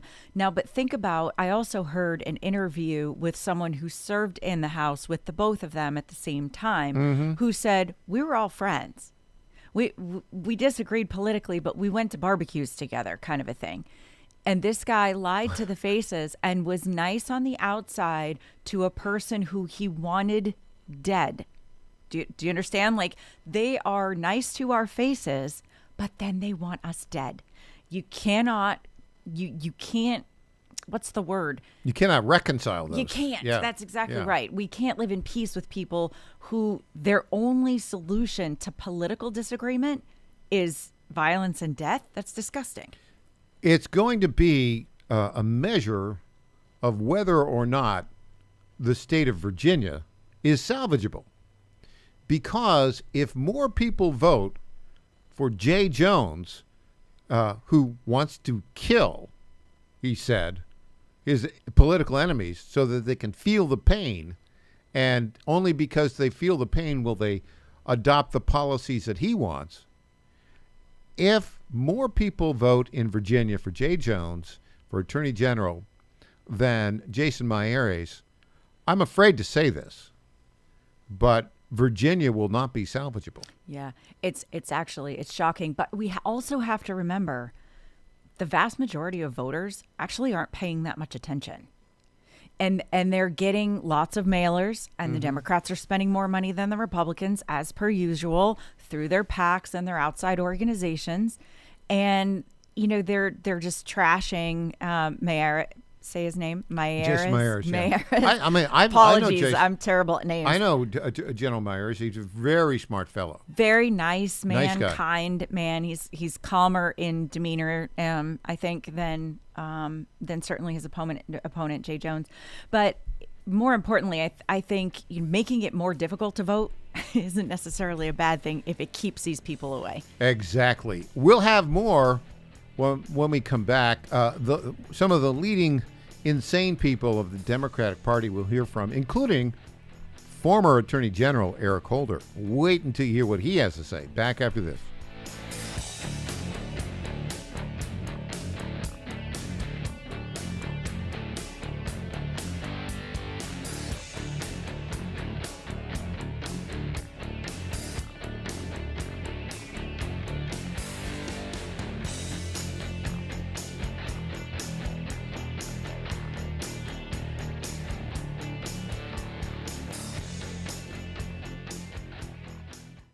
Let's be real. Losing weight isn't just about looking good. It's about taking back control of your overall health. 42% of adults in America are classified as obese, and obesity is directly linked to severe health issues. If you've tried diets and different workouts with no success, it's not your fault. Big Food and Big Pharma have rigged the system against you with contradicting information, leaving you confused. But there's good news. The Wellness Company just launched Drop, a GLP-1 peptide oral drop formula developed by their chief medical board, specifically designed to support your metabolism, curb cravings, and help you shed weight. That's right. No injections, no risk of the severe side effects we're seeing with the Ozempic. Start your weight loss journey today and get $100 off, plus free shipping. Go to twc.health/Godzilla and use promo code Godzilla100. That's twc.health/Godzilla. Promo code Godzilla100. Take action today for a healthier tomorrow. Attorney General Miyares and John Fredericks talk about skill games. They're unregulated slot machines. They pop up in 7-Elevens in every corner of Virginia. The General Assembly has spoken on this. Skill games. These things are illegal. It's the Wild Wild West. Fights break out. Robberies increase. Skill games. They prey on the less fortunate. I say it's a tax on the poor. They're breaking the law. My job is to enforce the law. These machines are not allowed. Enforce the law and get them out of there. When you see skill games, call the local sheriff. These things are illegal. Paid for by Churchill Downs. Do you think workers in Virginia should be forced to pay union dues and fees just to get or keep a job? For nearly 80% of Virginians, the answer is no. For Virginia to keep on thriving, Governor Youngkin got it right. We have to protect right to work. And Virginia's Lieutenant Governor Winsome Earl Sears agrees. As the Republican gubernatorial candidate for governor in Virginia, Winsome Earl Sears has pledged to protect Virginia's right to work law. Her opponent, Democratic candidate Abigail Spanberger, won't make that same commitment. In fact, she has repeatedly supported and voted for legislation in Congress that would repeal Virginia's right to work law. Demand that Abigail Spanberger pledge complete opposition to forced unionism. Call Abigail Spanberger, 804-223-0770. That's 804-223-0770. Urge her to promise that she will protect Virginians' right to work. This ad was paid for by the National Right to Work Committee. Is your pet ready for some possum fun? At Creekside Pet Hotel in Kennesaw, every day is a tail-wagging adventure. Whether they're romping with friends in day camp, enjoying a staycation in our cozy boarding, or getting pampered in our luxury spa, we make sure every furry guest gets the royal treatment. Happy pets, wagging tails, and the best care. What more could they ask for? Book your pet's perfect getaway today at creeksidepethotel.com or give us a call at 770-422-4700. My fellow Americans, I was this close, very close, to buying from the lumber yards. These are sick people. But I turned my head at the last second, and I saw a big, beautiful ad for D.T. McCall's. These are highly respected people. If I had not turned my head at the last second, I would have been ripped off at some lumber yard for $200 in hidden charges, and D.T. McCall & Sons are never going to do that. They'd never do that to you. These are great people. I've known them for a long time. They have great deals, and I just have to say, nobody knows deals like I do. D.T. McCall & Sons has locations in Lebanon, Carthage, Lafayette, Cookeville, and Franklin, and they have been family-owned in Middle Tennessee for over 100 years. These are tremendous people. D.T. McCall & Sons. Check out one of their stores today. Impersonator not endorsed by Donald Trump.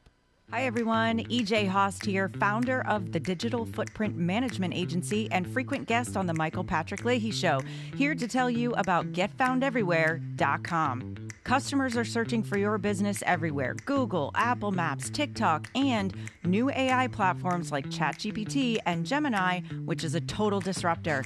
Traditional search engine optimization isn't dead, but it is on life support. Old tactics don't work anymore. So how can you make your business stand out?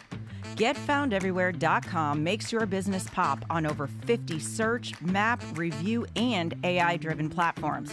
With one easy dashboard, manage business profiles, social media accounts, direct messages, even texts and reviews. GetFoundEverywhere.com is affordable, boosts your visibility, and gets your business more customers. It's time to step up your game the easy way. Save time, save money, and get more customers with GetFoundEverywhere.com. I flew 9 combat tours taking out terrorists. Matt Van Epps, America First warrior. When my Chinook took enemy fire, I kept her in the air, got our guys, and completed the mission. Matt Van Epps, American hero. Now I'm on a new mission to help Trump save America. I'm Matt Van Epps. I approve this message because I know what to do with terrorists.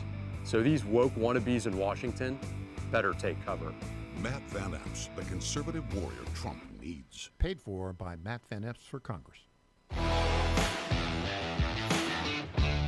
Welcome back to the Michael Patrick Leahy Show. Now, here's Michael Patrick Leahy. And welcome back to the Michael Patrick Leahy Show, broadcasting live from our studios in Nashville, Tennessee. We are delighted to have in studio today the official guest host of the Michael Patrick Leahy Show, EJ Host. EJ. Yes, sir.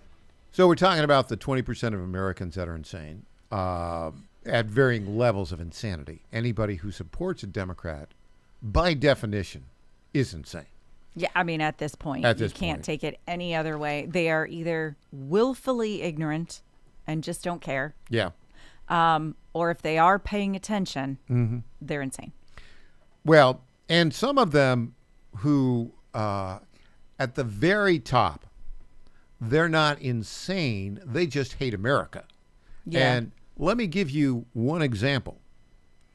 Eric Holder, the former Attorney General for the United States, the wingman of Barack Hussein Obama, now has decided the Supreme Court just doesn't work. And so let's pack it with a bunch of Ketanji Brown Jacksons or Jackson Brown, whatever. It's Brown Jackson. Brown right? Jackson. Ketanji Brown Jacksons.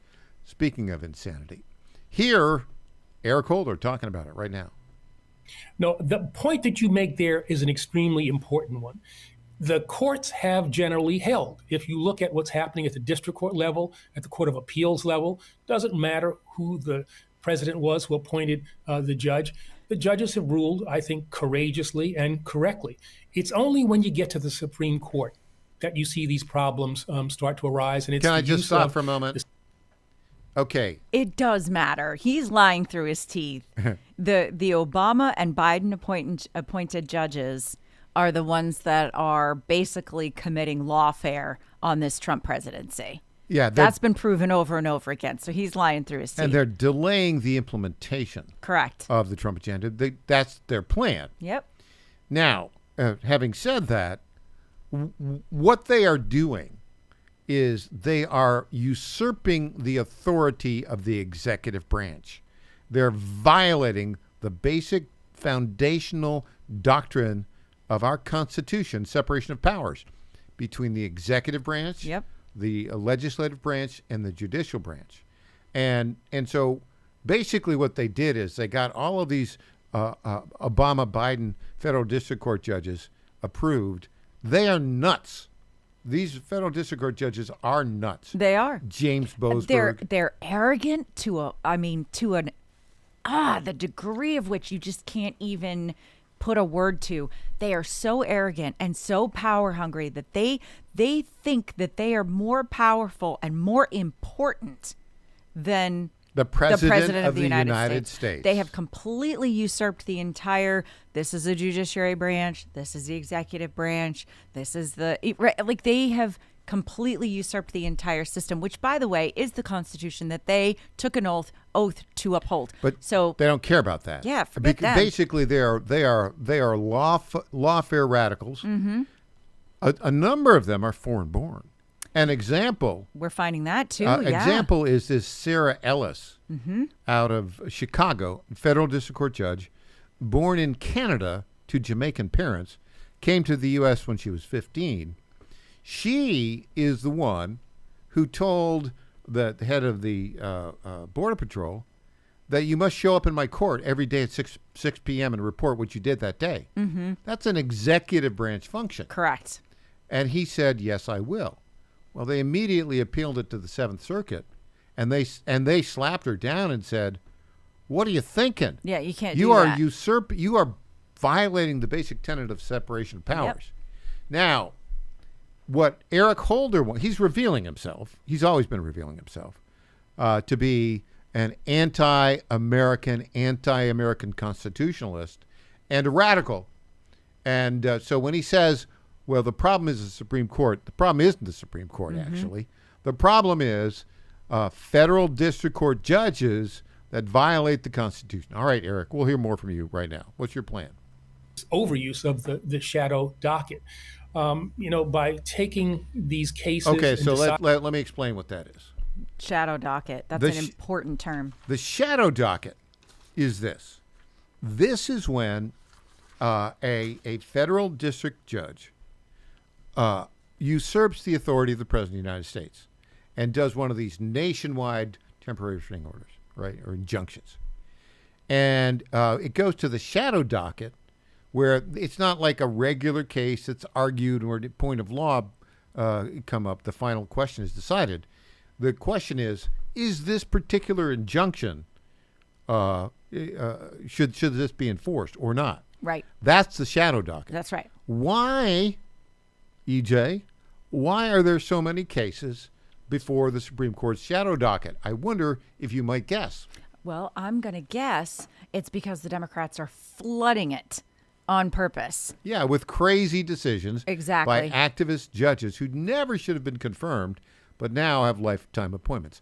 All right, Mr. Holder, let's go and see more of your stupid anti-American ideas.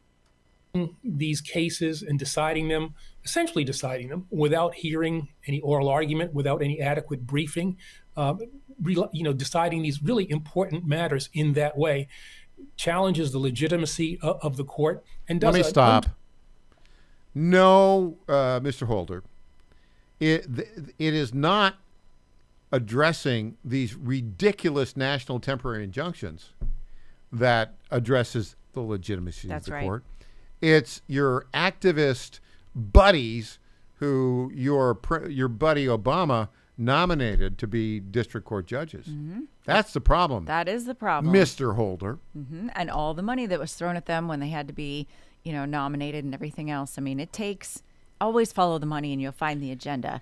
These people had to basically make the case to the Obama administration and all of the Democrats and to get their appointments to these judge positions. So, well, I think in many cases they were known to be fellow travelers ideologically. Yep. That's really what Exactly. But how do you know that? If you don't, you have to have name recognition. You have to know somebody. You have to wine and dine. You have to somehow get in that inner circle. Now, I will say this federal district court judge in Rhode Island, I forget his name right now, some Irish name. Deeply blue, Rhode Island. He actually made a ton of money in a tobacco lawsuit, and he's given like tons of money to the Democrats. He's the guy who's done the temporary restraining orders, nationwide injunctions against the president, hardcore leftist. Yep. He's the guy, interestingly enough, who told the president a couple days ago, oh, you must take that $5 billion of emergency funds that was authorized and appropriated for national emergencies like, hurricanes, et cetera. You've got to take that money and instead spend it on SNAP benefits for the 42 million people that are, get free food every month. Now, that the problem with that is, obviously, it's not legal. Because it's not been appropriated. That's right. It's not been appropriated. And then the other part of that is, now that it's gone, do we have to replenish it? Do we have to replace it because natural disasters do happen? Like, thinking that out, man. So what he was trying to do is put political pressure on Trump. But Trump outsmarted him, and I'll tell you why. Because Trump had and I think he may still appeal that ruling. But this is all about the shutdown politics. Mm-hmm. In other words, what Trump is saying, okay, you don't have the authority to order me to do that, Judge. But I'm going to do it temporarily. You know why? Because I'm going to pay half of I'm going to figure out how over the course of a couple weeks we can pay half of the benefits people were expecting for food stamps, SNAP, on November 1st. Right. But by the time that's all done, this shutdown will be over. Correct. That's what Trump's thinking. Exactly right. Yeah. Exactly right. And what if we find out that half was actually plenty? Well, there you go. That's the other thing, right? Maybe we can get by on less. Well, of course. But, I mean, it's filled with all sorts of, we've done the numbers on what percentage of them are illegals and foreign-born. At least 12% is either wasted or fraud for sure. Yeah, no question about that. Now, having said that, we'll give Eric Holder just another minute to be a complete leftist buffoon. Here we go. Legitimacy of the court and does an untold amount of damage to the legal fabric of this nation. I think, the reality is, and it pains me to say this, I think the Supreme Court is a broken institution. And it's something that has to be, I think, a part of the national conversation in 26 and in 28. What are we going to do about the Supreme Court? And I think that we have to think about, again, talking about the acquisition and the use of power. If there is a Democratic trifecta in 2028, and I think the possibility of that is pretty good, Supreme Court reform is something that has to be considered. Well, what that means, he's going to pack the court with more Ketanji Brown Jackson nutcases. Right. No, not going to work. So what would happen if Republicans for this next upcoming 2026 midterms, what if they started saying, yeah, you know what, that's not a bad idea. Let's go ahead and do it. We'll pass it right now. We have the trifecta. Let's maintain the trifecta and let Trump appoint 3 more people.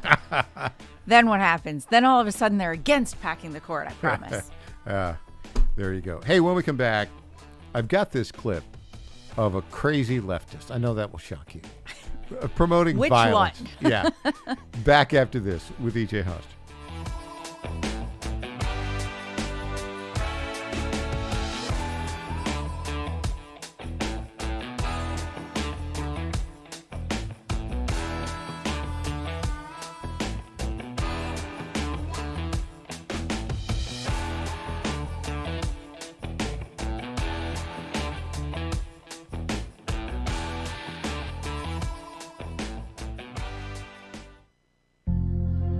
Ponder this. I was recently talking with a friend who said she was praying to God for her to accomplish big things.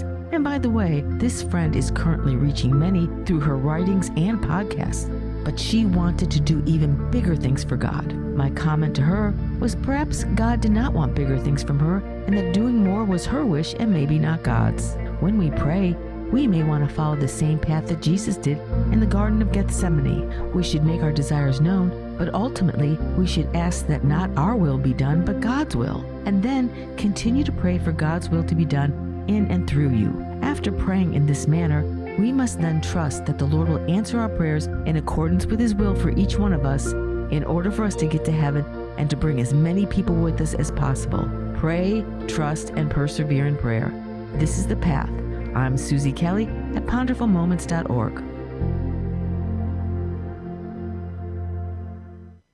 Is your fur baby looking a bit rough?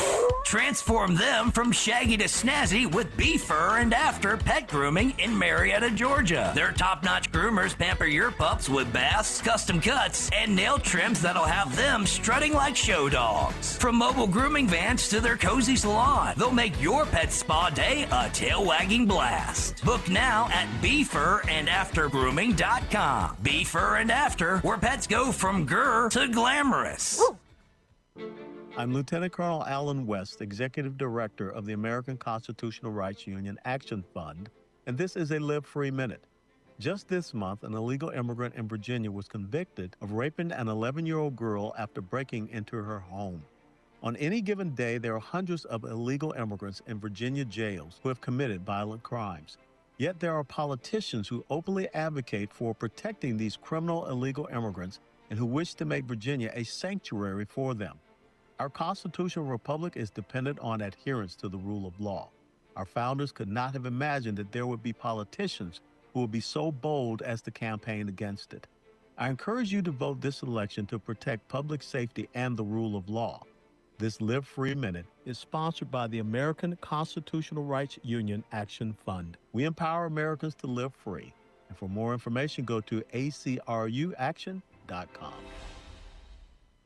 The Cats and Cosby Show. It's a common sense recap of the big stories. Mamdani visited a very controversial Brooklyn mosque just months after the imam there called for the annihilation of Israel. Your thoughts? This is a total failure of the media, the journalists, and the Democratic Party to confront this kid with his own background. He's a rabid socialist.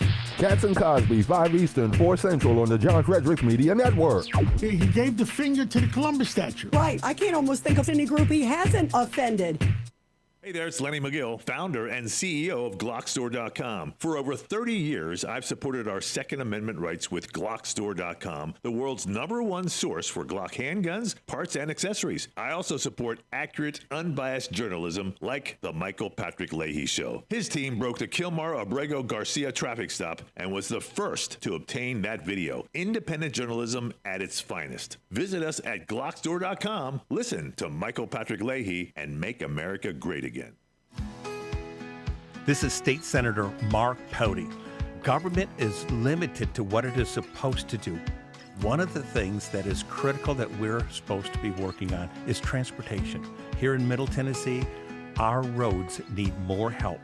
As your state senator, we are focused on getting more money reoccurring without a new tax increase for our roads here in Tennessee. This is State Senator Mark Pody. Paid for by Campaign for Mark Pody, Christina Hibden, Treasurer. Welcome back to the Michael Patrick Leahy Show. Now, here's Michael Patrick Leahy. And welcome back to the Michael Patrick Leahy Show. Okay, our theme for the day. 20% of Americans have become insane over the past 2 decades. They're all voting for Democrats. Yeah. And they've become violent. That is 100% true and verifiable with statistics. Yeah. So I want to give you an example of that. In Montana is like a, it's a reddish state with purpley tendencies in some areas. It's fair. The university towns are very lefty. The senator there is a fellow by the name of Tim Sheehy. Yeah. And just elected. He was a firefighter or had a firefighting business. And he's a, MAGA conservative. Well, did you see this? You hear this clip? I don't think so. All right. Well, this is a message a candidate for city council in, I think it's Missoula, which is where the University of Montana is, left for him. Okay. Identified herself by name. Let's listen to this kinder, gentler American and her message for the U.S. Senator, Republican Senator from Montana. Hi, this is Haley McKnight. I'm a constituent in Helena, Montana, and I just wanted to let you know that you are the most insufferable kind of coward and thief. You just stripped away health care for 17 million Americans, and I hope you're really proud of that. I hope that one day you get pancreatic cancer and it spreads throughout your body so fast that they can't even treat you for it. I hope that you die in the street like a dog. One day you're going to live to regret this. I hope that your children never forgive you. I hope that you are infertile. I hope you never manage to get a boner ever again. You are the worst piece of shit I've... Oh. Okay. Well, you get the point. You get the point. So how deranged do you have to be? To leave a message like that for U.S. Senator? Well, okay, even for if anybody. You kind of think that in your own thoughts, that like this is somebody I really dislike, what does she hope to accomplish by leaving a voicemail message like that? Like, you think he's going to get that message and just be like, oh, I'm going to change my mind. Well, shoot, I don't want to die of pancreatic cancer, so I better go vote for something this crazy person wants me to vote for. That's insanity. Like you said, that's insane. That is not normal behavior. And listen, we can blame it on all kinds of things. I do think, Elon Musk calls it the woke mind virus, right? Yeah. And it's the social media. It's where you get your news. The algorithms have been programmed to give you more and more and more of what you already want. And people don't realize that is, in fact, brainwashing them. They are losing the ability at every age. Kids, we tell them not to be on social media very much. And as parents, unfortunately, we fail at that a lot because it's so difficult to keep them off. But it is there. It's obviously in this woman who's, older and an adult. It's everywhere. You have to garbage in, garbage out. You have to really make a conscious effort to not let yourself go down certain rabbit holes. And when these people do, and they've already got kind of a crazy tendency, that's the kind of messages you get. There's another poll that came out, I think it was from Politico, that said more than half of Americans now believe there will be another political assassination within 5 years of a major figure. And I think, like, younger people, 25% of them approve of violence. Yeah. I mean, this is... They do. It's like the only thing they know. And it's sad. It's so sad. Before we go, got to get this. There's one sane Democrat, and he was on Jesse Waters last night. Yeah, you got to hear this. Go, watch this.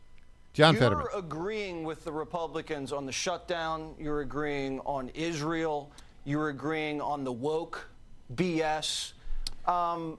Are you close to becoming a Republican? No, I'd be a terrible Republican. But I'll just be a very honest Democrat that's not necessarily afraid to push back against some of these views that I just don't agree with. Like, if you can't be a very unapologetically support for Israel, then that's a problem for my party.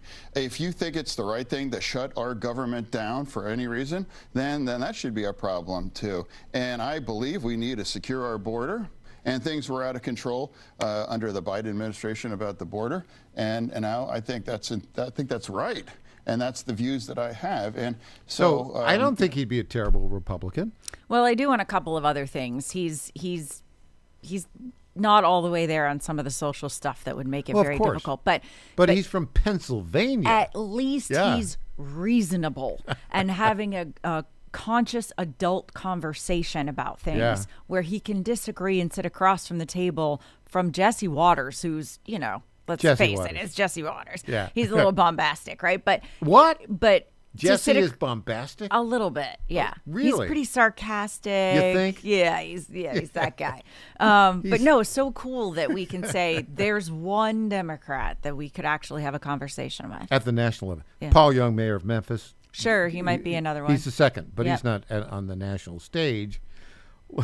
I think I think our buddy John Fetterman, I can't believe I even said that, but it's true. That guy is a voice of sanity in an insane party. They're gonna primary him. Oh, for sure they will. And really, at some point, John, you just need to be thinking about moving parties.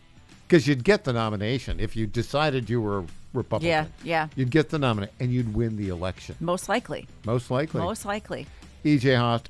Yes, sir. So much fun. Yeah, thanks for having me. And up next, Clint Brewer will join us. E.J., you're back here Friday. In hour 1, 9 a.m. Central and 10 a.m. Eastern Time. I'm Michael Patrick Leahy, back after this.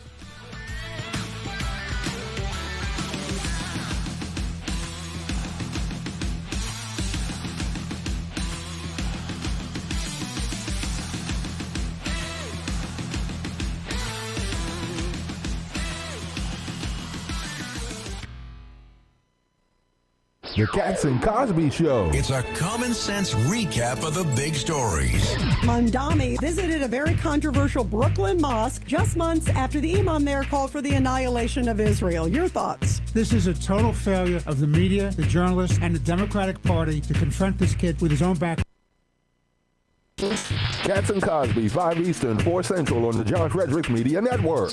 He gave the finger to the Columbus statue. Right. I can't almost think of any group he hasn't offended. You went to school, got the job, saved your money, but still feel stuck. There's a better path.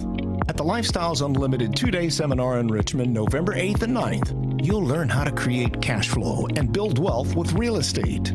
Step by step.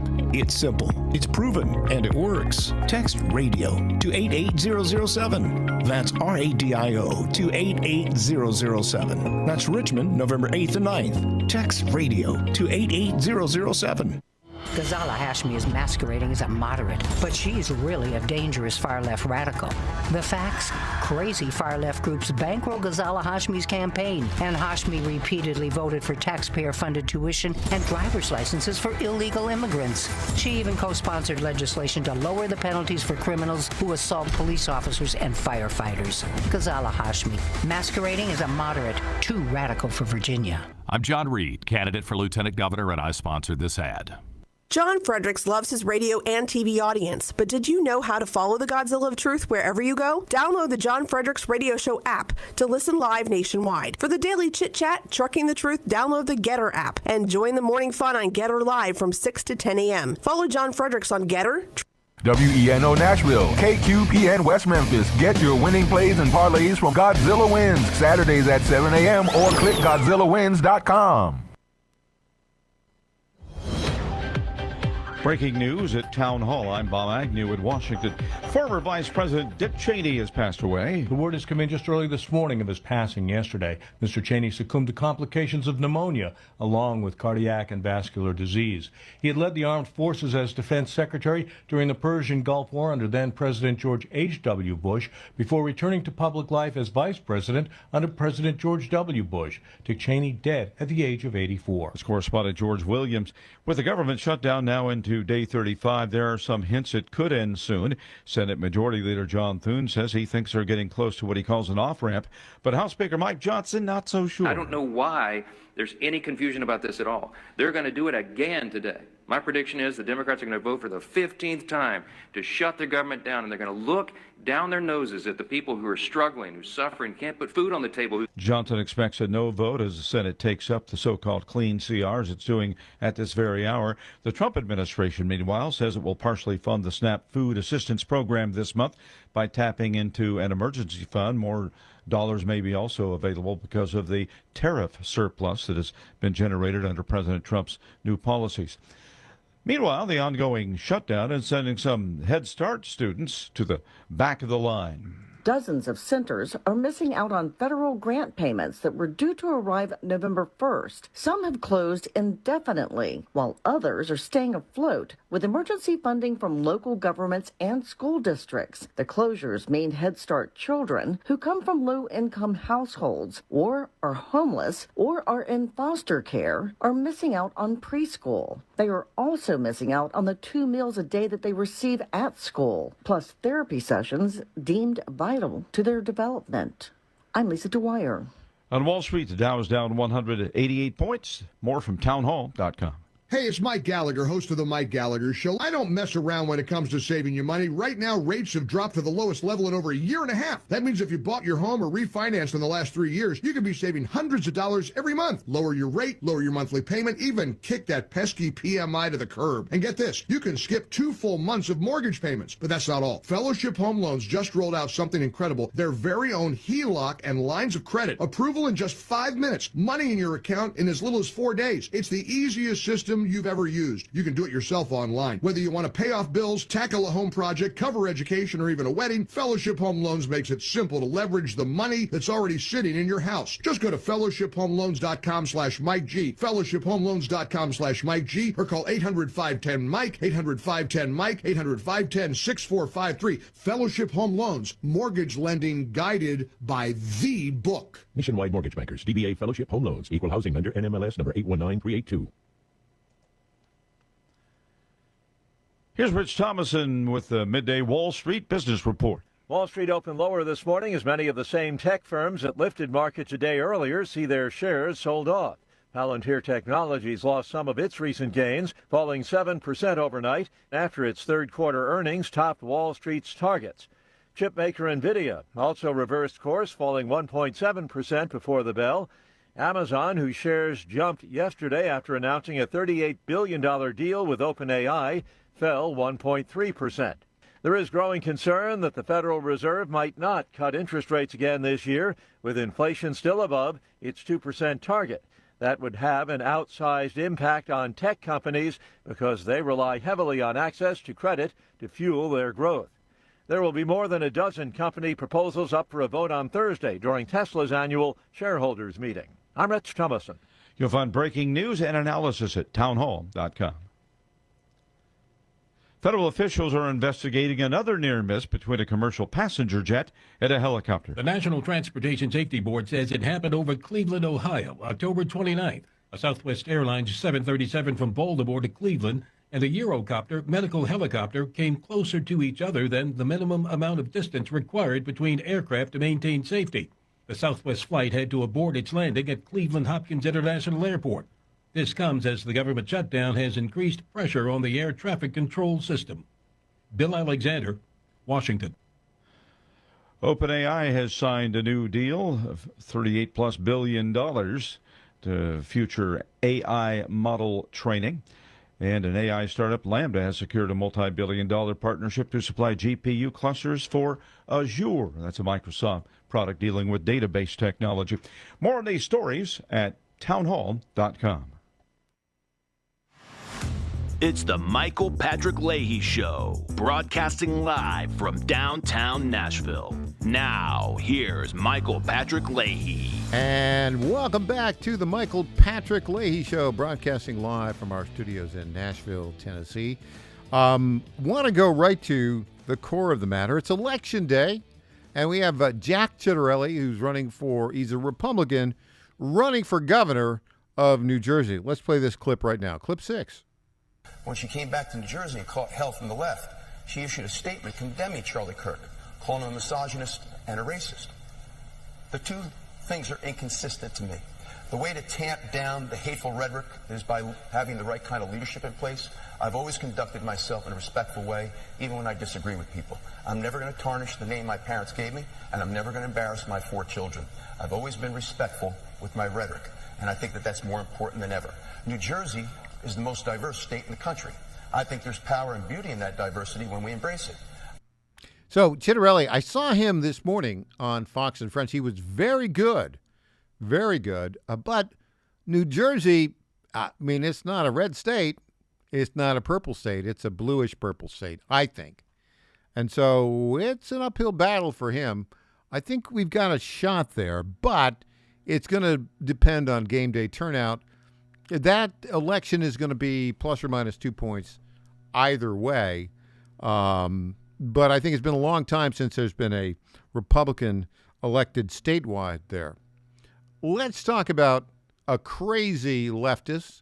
You have former Speaker of the House, Nancy Pelosi. How old is she, 86? The rumors are that Nancy Pelosi next week will announce that she's not running for re-election. Well, here's a phrase I use a lot. She has lost her fastball. And you can watch it right in this clip. You see it anytime. She's slurring her words. She should have retired. She really shouldn't be in this session, frankly. But she is. Here she is talking about our transgender kids. Let's go clip 7. Nancy Pelosi. How is your office responding to the pauses in gender affirming care here in California? Well, that is something that I'm working for at the national level, and we have, how can I say, are hoping that we can have gender affirming care for our trans kids, and that it's a sad thing for us. I'm not totally. I don't know what effect we can have nationally with what we have going on in the White House and in the Congress. It's really very sad. If you were there, outside our door, we have a trans flag. Outside of our door in the office, congressional office building, we have the trans flag, as do some of our other colleagues. But that view is not necessarily shared by people on the other side of the aisle. Okay, so let this whole trans thing. The Democrat Party has embraced all this. Are you kidding me? I mean, transgenderism is mental illness, folks. Of course, it's no surprise that the party of the mentally ill has embraced an approach that is indicating even more mental illness. Also, did you catch this? Our trans kids. Yeah, they're not your kids, Nancy. They are the kids of every parent in America, and they're the ones, not you, who should decide what their health is going to be and their health care and their treatment should be. So we got that going on. I have this clip. It is beyond spectacular. It's our friend Scott. I say our friend Scott Jennings, who is just great. He just took it to a Democratic congressman about Obamacare and the whiningness of the left about it. Here we go. Clip number 8. Yeah, I mean, look, I voted against the CR because the CR wasn't going to take care of people's health insurance. Health care was going to go up. I didn't vote for that CR. Scott might remember Republicans didn't vote for the CR previously, the same CR in different years. In fact, Republicans removed a Speaker of the House. We forget about that, because he put a CR on the floor. So, but you did vote against the SNAP benefits, then you admit. I did not vote against the SNAP. If you had voted for the CR, would no. we have SNAP right now? Scott, what I voted for was a CR that was going to see people in Florida have their health insurance go up almost 100%. No, I got these are separate issues. No, I got 25,000 people in my district that are going to lose their health insurance because this CR didn't And how many do you have it. going to lose their SNAP? Okay. Well, first of all, let's talk about SNAP for a second. Why did the Republicans send $40 billion to Argentina? Where is that money, Scott? Why didn't that go to Americans? Why? That's America first. It's a credit that's swap. We're going to turn a profit on That's America first. We're sending money to Argentina rather than taking care of people's swap. SNAP benefits. I would have loved to have been at Mar-a-Lago while the girls were in the martini glasses when they were trying to figure out what to do with the judge's order. You know, half the room was probably like, should we pay it? Should we not pay it? And then someone was like, oh, I have a great idea. Let the subjects only get half their rations. I mean, they're only going to give half the SNAP benefits to these people. How many have the Democrats Scott. voted to give? Scott, Zero. look at the polling. Democrats have repeatedly voted to give 0 of SNAP benefits. I'm sorry, this is not.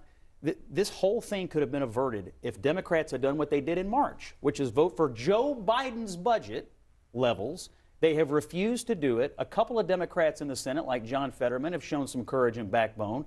But the bottom line is this party is enthralled to the radical left. That's why they've changed their position from March until now, and that's why people are not getting their SNAP benefits. It's why federal law enforcement isn't being paid. It's why Trump's having to scramble to pay the military. This is a Democratic shutdown because of political... Okay, so Clint Brewer, all-star panelist, good friend. Clint, thanks for being with her in studio. Democrats are just not serious people, are they? Well... I'm sure there are some that are serious people. That guy wasn't. No, that guy's definitely not. I mean, come on. Well, it's this sort of ridiculous dance that we do around these government shutdowns. And, I mean, you know, the speaker is exactly right. I mean, it was one thing when Biden was. It's not really about the budget. It's about who's in office. Yeah. And it's about who's in control. And there, you know, I mean, look, you know, the SNAP benefits are one aspect of the federal budget, and you know, it's something that they can talk about, but it's also something they've held up in the past themselves as Democrats. Yeah, and the whole thing on the SNAP benefits, it's really ridiculous because they were included in the Biden budget for that would have been continued had they passed the continuing resolution in the Senate. All these $8 billion would have been spent on Saturday, and the 42 million recipients would have been paid as usual. The weird part about this is a couple of federal district judges said, well, Donald Trump, you got to pay those SNAP benefits, to which he said, well, I'm happy to, Your Honor, except how can I do that legally, right? Because the judges said, well, you know, you got $5 billion for emergencies. We want you to pay that $8 billion of SNAP benefits with that $5 billion, to which he says, well, that's great, but the Congress appropriated that money for emergencies.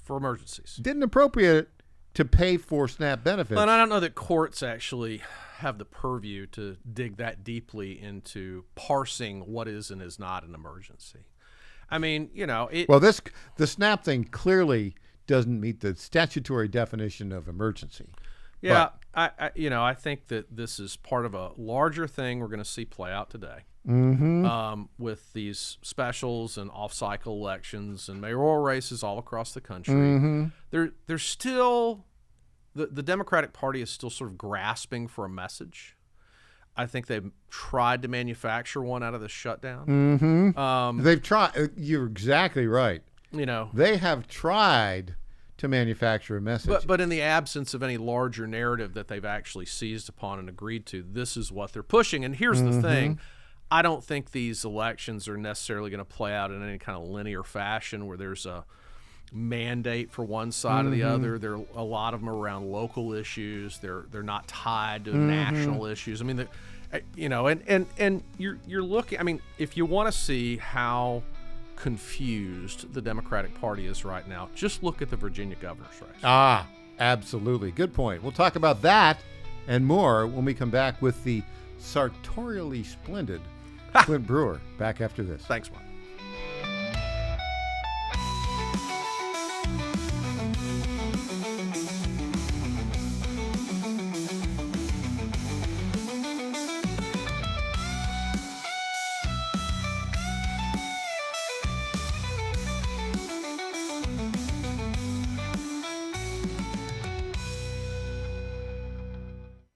Hi folks, John Fredericks here for Freedom Alliance. Veterans are still struggling with the wounds of war. They came home with injuries that changed them forever. The flag-burning troublemakers in our streets remind me how fortunate we are to have patriots who served and fought, sacrificed, and never complained. We need to support them through organizations like the Freedom Alliance. It's Military Appreciation Month and time to support those who serve. Freedom Alliance is caring for combat veterans and military families. Combat veterans fought in the worst, most dangerous places on earth. Freedom Alliance takes them to nature's most relaxing locations so they can heal. Freedom Alliance gives injured troops mortgage-free homes, new cars, and all-terrain wheelchairs. For wounded vets, there's nothing like the stability of your own home, the reinsurance of a reliable vehicle, or the independence of a wheelchair that navigates snow, ice, beach, pasture, or most any terrain. Let's fight for those who fought for us. Go to freedomalliance.org/Godzilla and make a monthly gift that will improve the life of a military hero. That's freedomalliance.org/Godzilla. Make a contribution today. If you're like me, most moms find it difficult to prioritize self-care. Hi, it's Colleen, Program Director at the John Fredericks Media Network. With the demands of programming 13 radio stations, it's easy to forget about the things I should do for myself daily. And that's why I started with our company's Women's Challenge with Native Path Collagen Peptides. It's affordable and convenient care in just 1 scoop a day. There are so many incredible health benefits like bone and joint support, metabolism booster, and hair, skin, and nail improvement. I like to take a moment each day to prioritize myself and indulge in the health-boosting benefits of Native Path Collagen Peptides. I love mixing it up with all the different smoothie recipes, too. Learn more about Native Path Collagen Peptides and read 7 important reasons why you should be taking collagen peptides at getnativepath.com/Godzilla. Prioritize your self-care with Native Path Collagen Peptides. Try it risk-free for as low as $21 today and get free shipping at getnativepath.com/Godzilla. Target.com. Target.com is an online e-commerce tire retailer. We are here to serve the American public with the best possible customer service, the best pricing, and we make it extremely easy. We have many name brands and a lot of low-cost tires. The price is right, and it's easy. You go online to Target.com, Tireget.com, Target.com. You go there, you put your zip code in, all the inventory displays right in front of you. You can call in for help if you want to. We'll help you get the tire that you need. But we will take the tires you buy and at no extra charge deliver them to the dealer right by your house where they will be installed at the market price. It's easy. The best price, the best service. Great people to deal with. Thank you for going to Target. Now more than ever, President Trump needs battle-tested conservatives fighting alongside him to save our country. That's why Trump endorsed Matt Van Epps for Congress. West Point grad, 9 combat tours, decorated Army vet. Matt Van Epps has devoted his life to defending America and the conservative values we cherish. Endorsed by Trump, fearless conservative.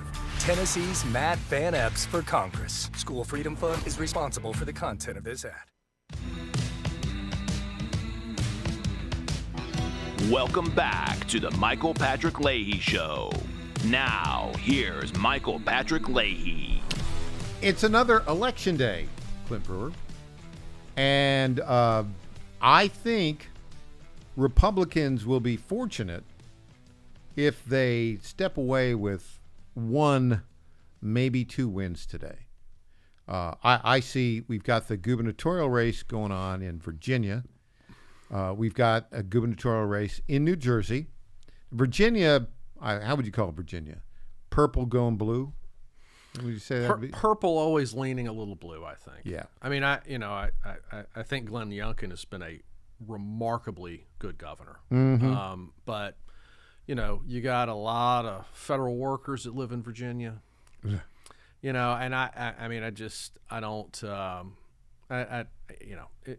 Youngkin, it's unfortunate the way their laws work that he can't serve 2 terms. It's interesting. Every state has its own constitution. And for some reason, back in when they established the Constitution of the state of Virginia, right during the Revolutionary War period, they thought it would be a good idea to not allow consecutive terms for governor. Yep. Turns out to be not a good idea at all.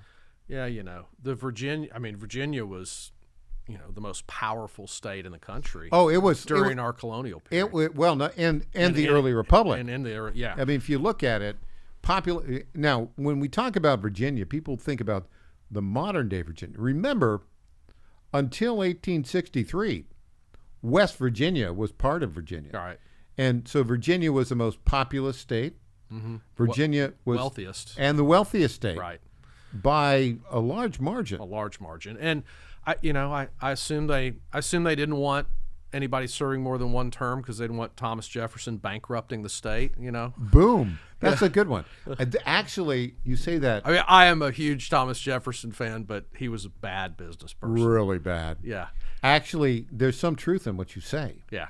Because Jefferson, the reason that there is a one-term limit in Virginia is because of the antipathy that Patrick Henry held for Thomas Jefferson and James Madison. Right. That's the reality of it. No, I get it. Monticello is a fascinating place. Jefferson, the author of most of our founding documents in some way or another, but he was not good at counting. He couldn't balance his checkbook, so to speak. He was in trouble. But today's election in Virginia, I mean, just to illustrate, we've said on the show, I've said on the show many times, Democrats will come back. I mean, that's American history. It's going to happen. I don't think it happens. You think? See, I have a different view. I think it can't happen or will be done. It swings back and forth, but it has. I don't think it's going to happen now. But parties have disappeared. Well, they have, and that's fair. But I don't know that I've seen anything quite as incongruous in American politics as former President Barack Obama campaigning against a black gubernatorial candidate in Virginia, who's a woman. Yeah. I mean, he came out during the last presidential race and publicly scolded black American men for not supporting Kamala Harris. I mean, there are so many clips of him doing that. And now he's gone to Virginia and is campaigning against a black woman veteran in favor of a white suburban woman just because she's got D by her name.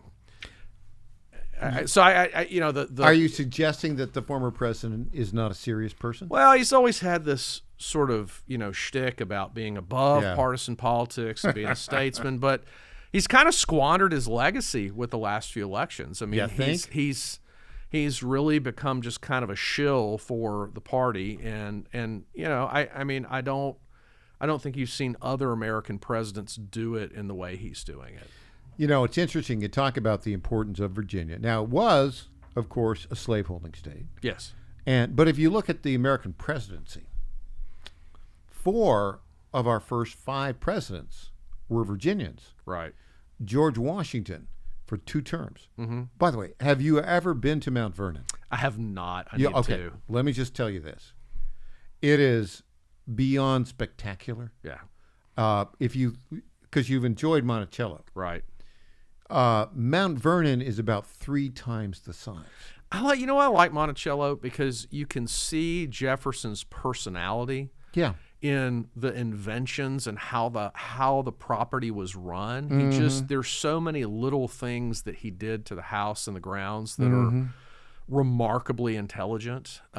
Just design features and just things that he did to do simple things like store furniture and he created a way to measure the barometer using weights. And I mean, it's like he could see the weather report in the foyer. It's remarkable. Quite a mind. And so the first 2 terms of President George Washington, then they went up to John Adams for 1 term.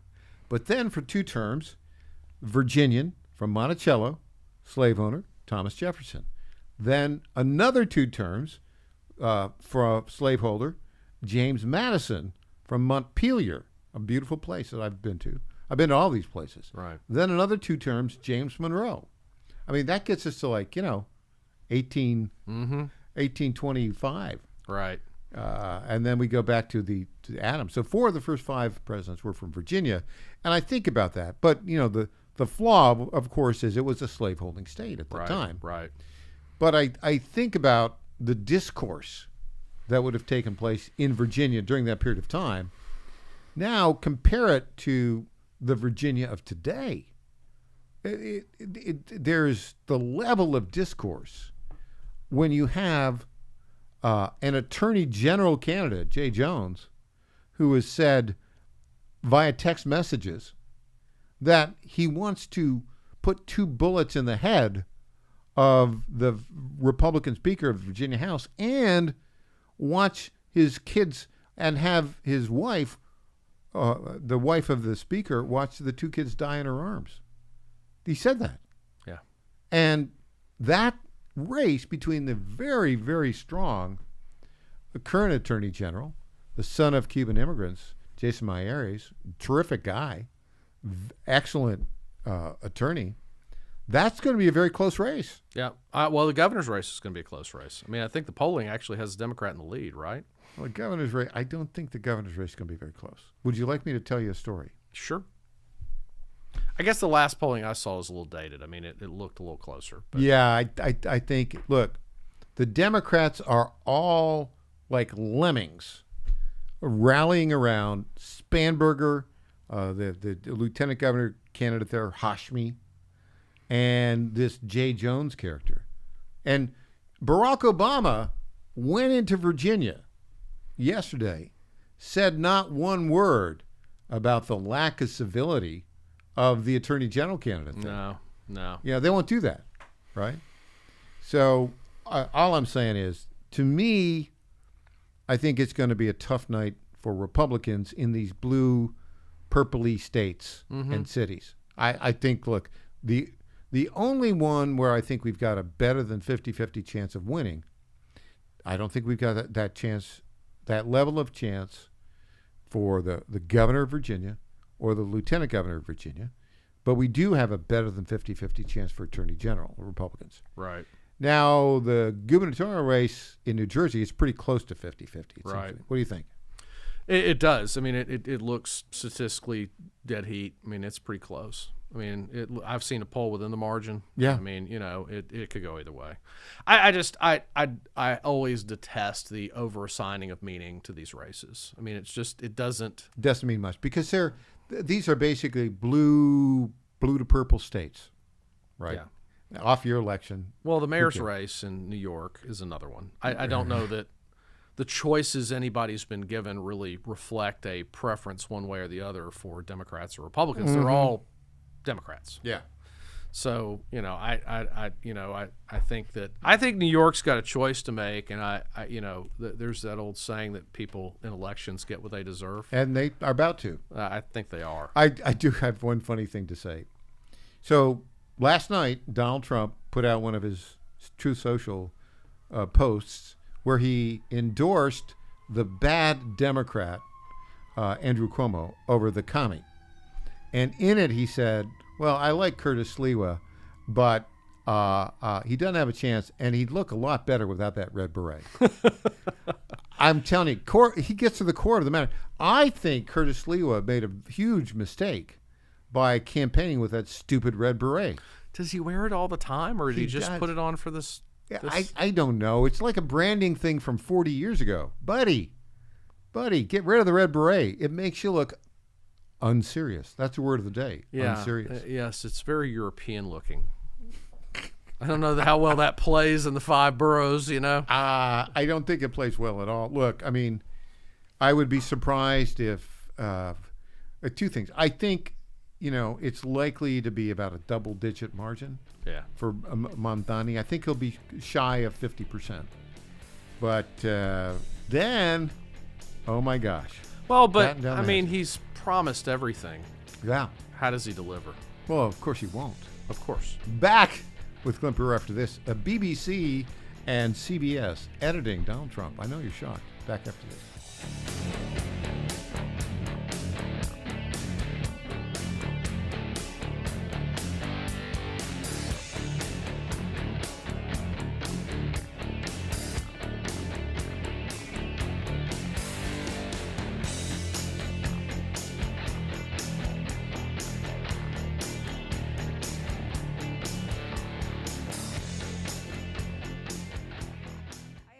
everyone. EJ Haast here, founder of the Digital Footprint Management Agency and frequent guest on the Michael Patrick Leahy Show, here to tell you about GetFoundEverywhere.com. Customers are searching for your business everywhere: Google, Apple Maps, TikTok, and new AI platforms like ChatGPT and Gemini, which is a total disruptor. Traditional search engine optimization isn't dead, but it is on life support. Old tactics don't work anymore. So how can you make your business stand out? GetFoundEverywhere.com makes your business pop on over 50 search, map, review, and AI-driven platforms. With one easy dashboard, manage business profiles, social media accounts, direct messages, even texts and reviews. GetFoundEverywhere.com is affordable, boosts your visibility, and gets your business more customers. It's time to step up your game the easy way. Save time, save money, and get more customers with GetFoundEverywhere.com. This is State Senator Mark Pody. Government is limited to what it is supposed to do. One of the things that is critical that we're supposed to be working on is transportation. Here in Middle Tennessee, our roads need more help. As your state senator, we are focused on getting more money reoccurring without a new tax increase for our roads here in Tennessee. This is State Senator Mark Pody.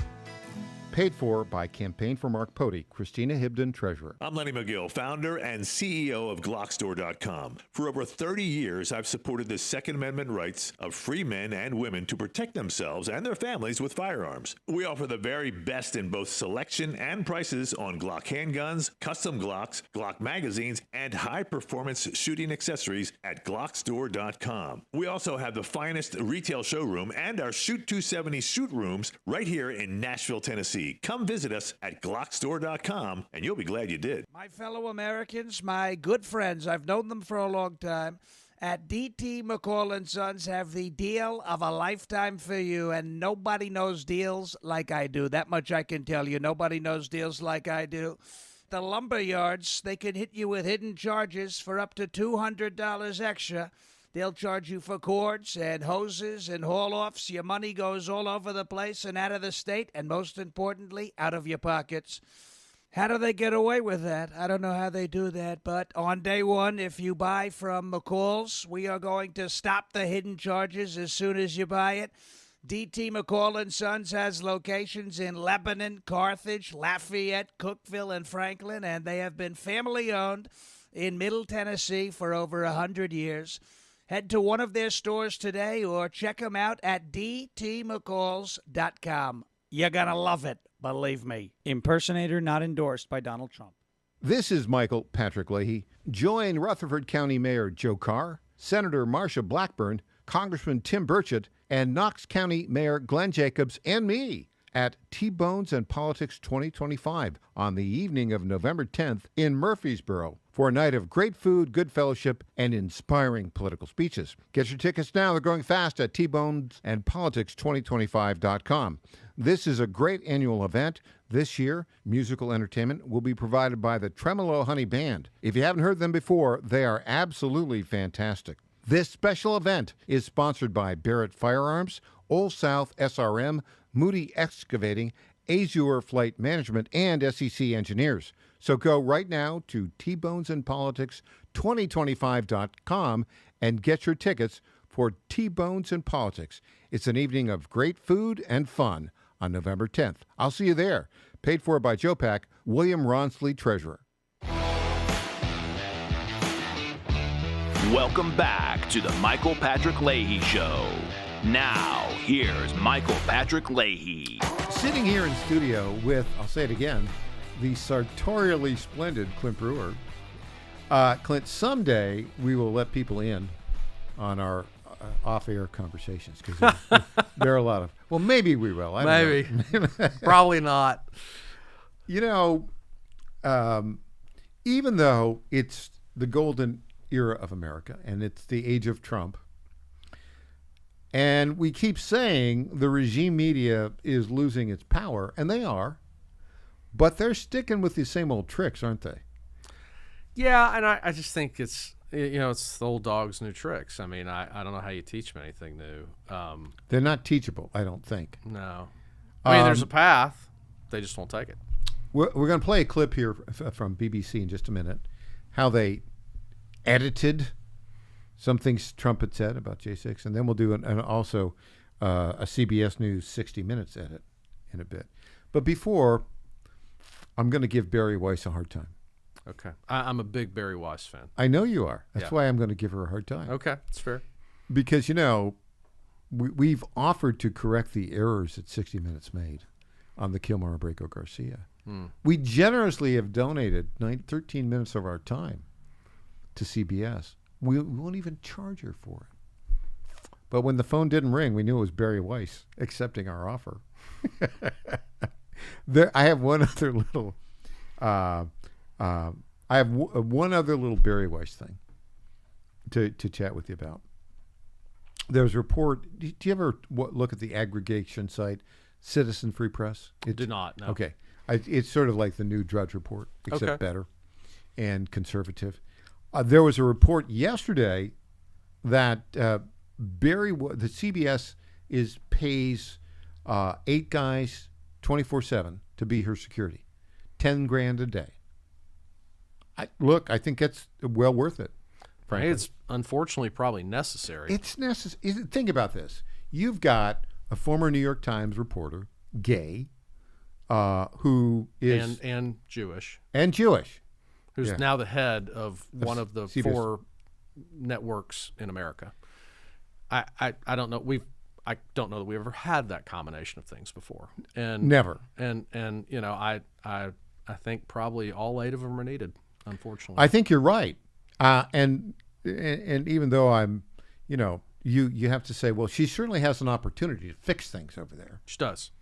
And let's be clear, she left the New York Times. Yeah. Along with her partner. Yeah. And started the Free Press. Which has done very well. Because she felt like the New York Times had gone woke and too far to the left. Well, she was right. And the Free Press, she sold it for $150 million. Well Right. done, Barry. Yeah. But I don't know. That'll cover her security. I don't know for if you a read couple the of Free years. Press, but it's the closest. I mean, it's a commentary site. do. They do some news. Yeah, they it's do. mostly commentary. But Yeah. they do some investigative reporting. But I mean, it comes as close to hitting the ball down the middle of fairway as anything in American journalism.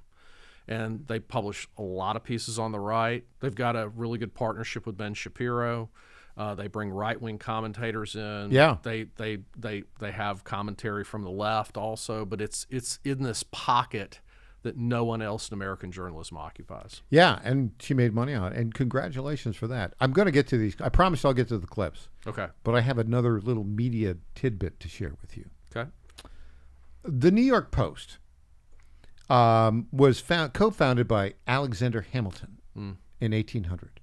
And it still exists as a tabloid owned by the Murdoch family, right? Right. It's fun to read, isn't it? New York Post is always entertaining. It's always entertaining. Yeah. Well, I think you may have known about this, but they've decided to open up a California version. Did you know Really? that? I didn't know that. I'm That's gonna- fascinating. Yeah. Are they going to do the a print edition? Everything, the whole deal. Do they still do a print edition? in Yes, New they York? do. Do they still do the sports back page? It's a tabloid. But remember, they always had a sports back page, which I think is brilliant. Well, here's the other thing, too, about that. I mean, if you look at the concentration of the population in New York City, it makes sense. Yeah. To still keep, because you don't have to have the paper boys going out. You can have the Right. the They're in display boxes. racks. Yeah. In display racks. But they're calling it, so they're opening up the California Post, and it's going to be based in L.A. A friend of ours, a very good friend of ours, Joel Pollack from Breitbart News, who I've worked with for years, Right. has left Breitbart News to be the California Post opinion editor. Wow. And they're putting this up, very, very soon. Let me just say this. I wish them well. I don't know if you can replicate the New York Post vibe with a California Post. Well, it's a different world. all about that headline on the cover, isn't it? Yeah. I mean, it's one of the most amazing things in journalism or communications, period, is the consistently hilarious and snarky headlines on the front. I mean, they just... It plays in New York. California's a different animal. Yeah. Also... But it's their brand. I mean, if they're going to extend their brand in New York, they got to... Yeah. The only thing I would say is if the New York Post is clearly not the New York State Post. No, it's the New York City Post. Right. They may have made a mistake by branding it as the California Post. I mean, it should have been the Los Angeles The Post. LA Post might have been the LA better. Post. I'm just... I that was actually the first thing that came to mind when you told me about it. I was like, why California? Why not New York? Or why not Los Angeles? The Los Angeles Post, and be competing against, wait for it, the Los Angeles Times. Like they compete against New York. Different entities. They may demographically want to take the paper circulation farther than L.A. I mean, but they could do that even if they branded L.A. But what they didn't do, Clint, I know this will shock you. What they didn't do was call me up and say, "Hey, do you think it's a good idea to call the California Post?" Now, remember, Breitbart tried to do. I mean, Barry didn't call you. The Post didn't call you. I'm telling you, you're feeling very slighted today, Mike. Well, no, actually, I'm not feeling slighted. I'm feeling sorry for Barry Weiss that they've not taken your business advice and Rupert Murdoch, because they would have done much better. Oh, I'm just being honest with you about it. Had they called me? Okay. Having said that, let's go right to the edits here.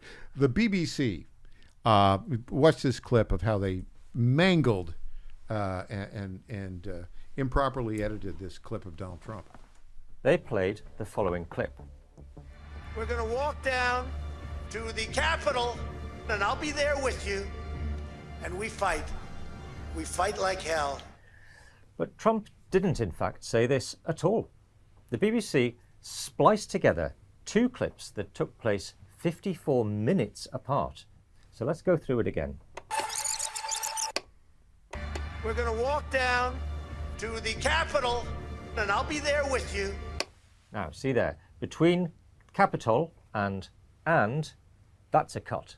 Here's what Trump actually said. We're going to walk down to the Capitol, and we're going to cheer on our brave senators and congressmen and women. It's different. It wasn't until nearly an hour later that he then said the second part of the BBC's version. We're going to walk down to the Capitol, and we fight. We fight like hell. Okay, that is a deceptive, dishonest edit from the government-run British Broadcast Corporation. The laws are different in the UK when it comes to you could get yourself in a lot of trouble doing that. Yeah. In the UK, I mean there's a lot more. Yeah. I mean, they do not have our First Amendment, and they don't. They could. There's some legal liability there. 60 Minutes. Remember now, Barry Weiss promised to turn CBS News around. They're up to their same old tricks. Let's play this clip of 60 Minutes right now. And all we're saying, give us an extension, we'll work it out. They've lost their way. They become crazed lunatics. And all they have to do, Nora, is This is what they aired. Let's vote. So, Hakeem. Senate Democrats say they will vote to reopen the government if Republicans agree to extend subsidies for over 20 million Americans who use Obamacare for their health insurance. All we're saying, give us an extension, we'll work it out. They've lost their way. They become crazed lunatics. And all they have to do, Nora, is say, let's vote. And you can open, the economy could open up during our interview. Is there something you Maybe can do, it did. though? Is there something you All I can do to do bring this is to give an the end? facts. Here's what I can't do. I can't give them $1.5 trillion so that they can give welfare to people that came into our country illegally, so that prisoners and that people from mental institutions and people that are drug dealers get vast amounts of money for health care. That I can't do. Well, here's the thing. The other part about this 60 Minutes interview, when I interview somebody, even somebody that I have, or especially somebody I have a different view, I usually try to frame a question and give them plenty of time to respond to the question. Right.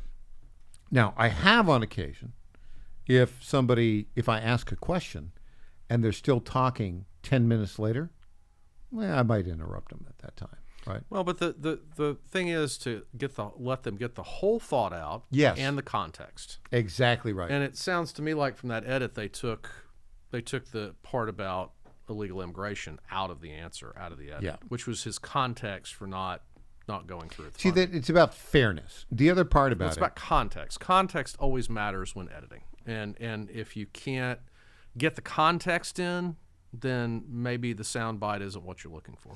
The other part of that is just basic politeness, right?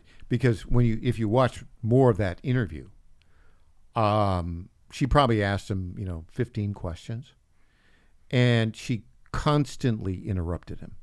In other words, as he was in the process of answering the question, she would interrupt. Now, interestingly enough, this wasn't part of the clip here, but my observation on it, he's got a really good way of responding to that. He just keeps on talking. Right. He talks over it. He doesn't say, "You're not being fair to me." Right. That's weakness. Right. He just keeps on talking. And he looks at it and he takes it right in stride, which I think is well done. Yeah. I mean, it's always a delicate balance when you're interviewing somebody. But with you, it's just a piece of cake. It's always fun. Well, you're not grilling me either. Yes, that's true. That's true. All right. But I try not to grill people. I try to get answers from them. Well, that's the way to do it. We'll be back with News Potpourri after the break. Okay.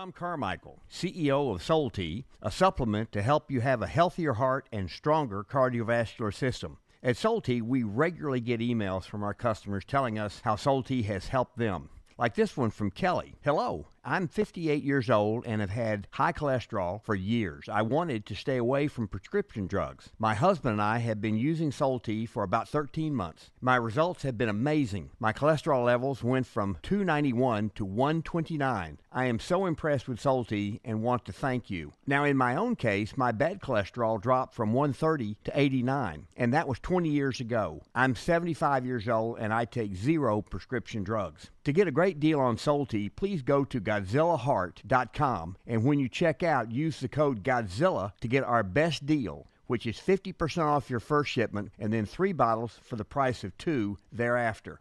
You don't have to live with a broken heart. Do you suffer from Try declining Soul Tea bone and today. joint health? Hi, it's Tina with the John Fredericks Media Network. And when I heard about our company's Women's Challenge, I jumped on the opportunity to test this amazing supplement that's already restoring my bone density, soothing my joint pain, and helping me regain lost mobility. I've experienced so many benefits in such a short time with Native Path Collagen Peptides because they support my bones and joints, boost my metabolism, and unleash the most radiant skin and hair since my 20s. In just 2 weeks, my knee stiffness is gone, and I'm already hitting the gym more aggressively.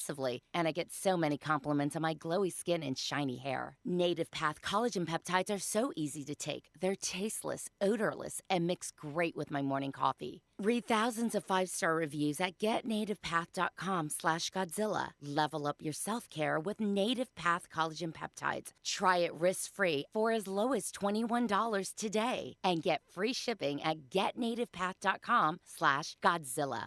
In 2008, the amount of concentrated time people could spend on a task without becoming distracted was 12 seconds. 5 years later, it was only 8 seconds, 1 second less than a goldfish.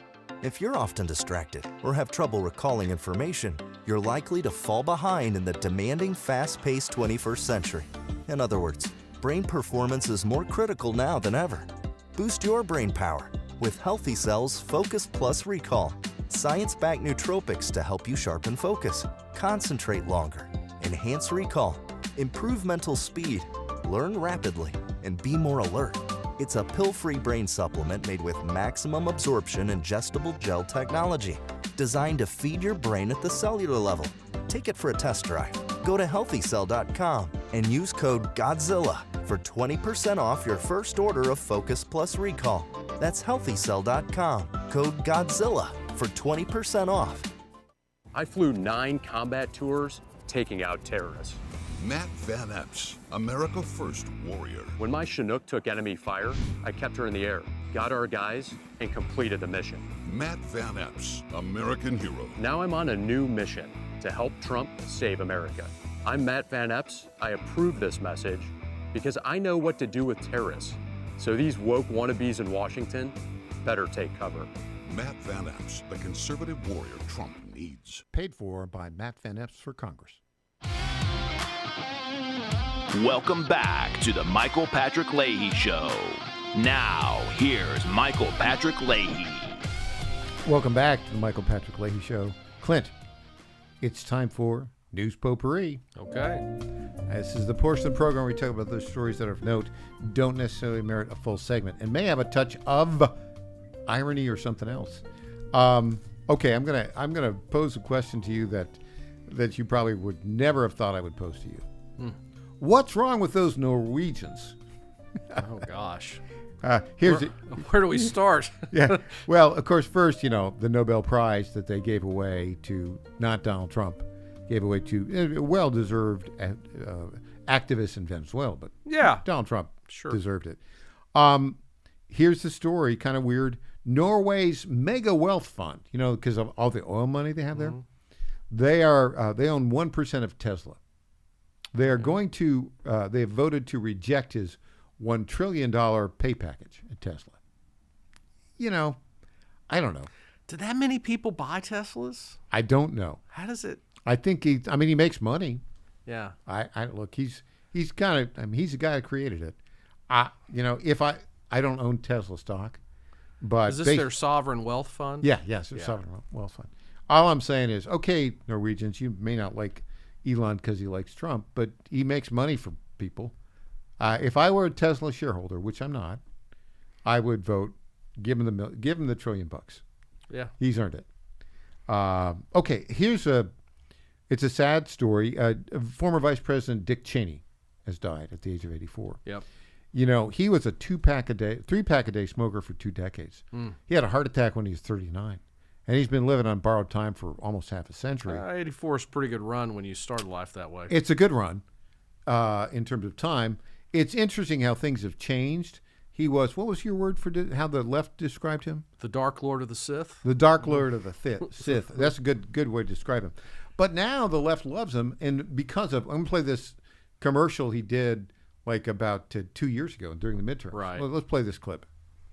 In our nation's 246-year history, there has never been an individual who is a greater threat to our republic than Donald Trump. He tried to steal the last election using lies and violence to keep himself in power after the voters had rejected him. He is a coward. A real man wouldn't lie to his supporters. He lost his election, and he lost big. I know it, he knows it, and deep down, I think most Republicans know it. Lynn and I are so proud of Liz for standing up for the truth, doing what's right, honoring her oath to the Constitution. Okay, so you could kind of give him a little pass in terms of he's helping his daughter out. Yeah. Right? But still, it doesn't.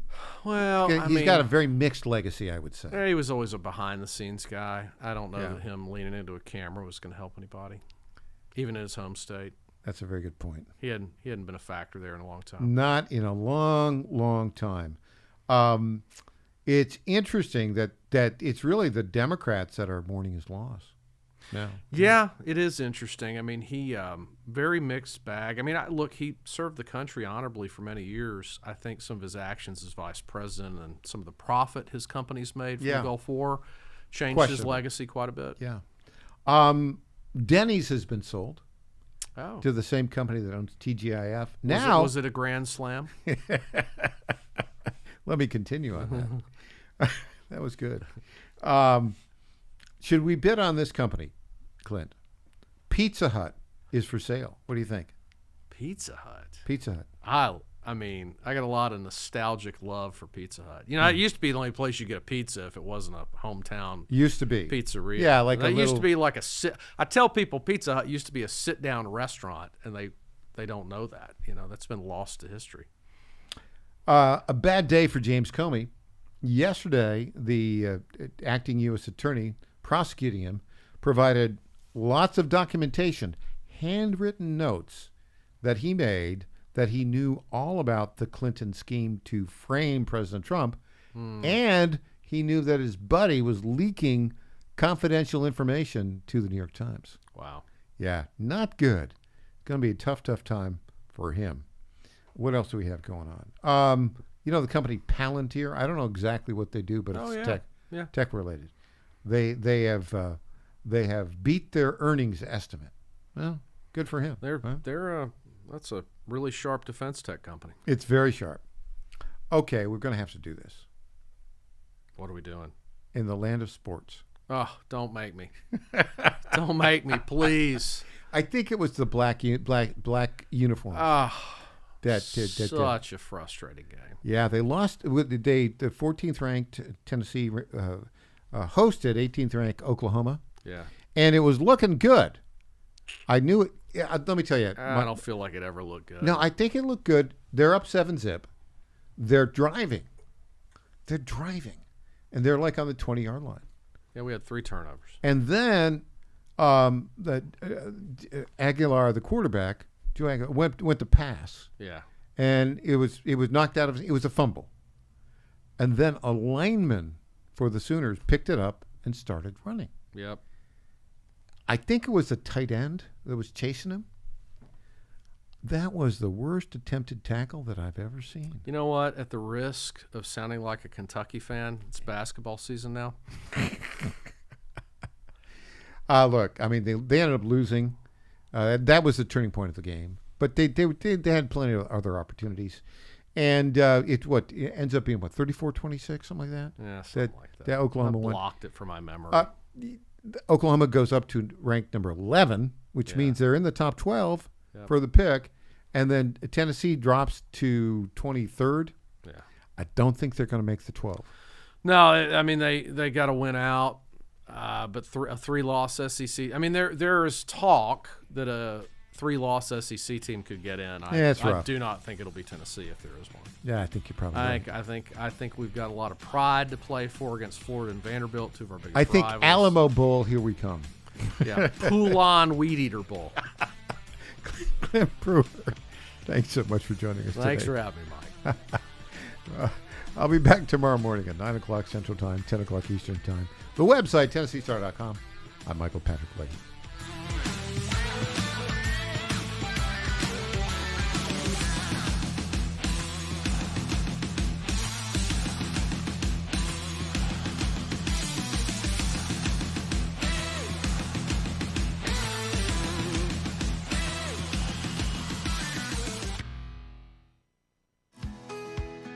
This is State Senator Mark Pody.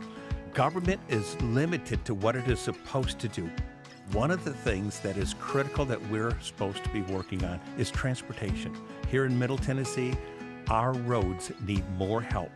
As your state senator, we are focused on getting more money reoccurring without a new tax increase for our roads here in Tennessee. This is State Senator Mark Pody.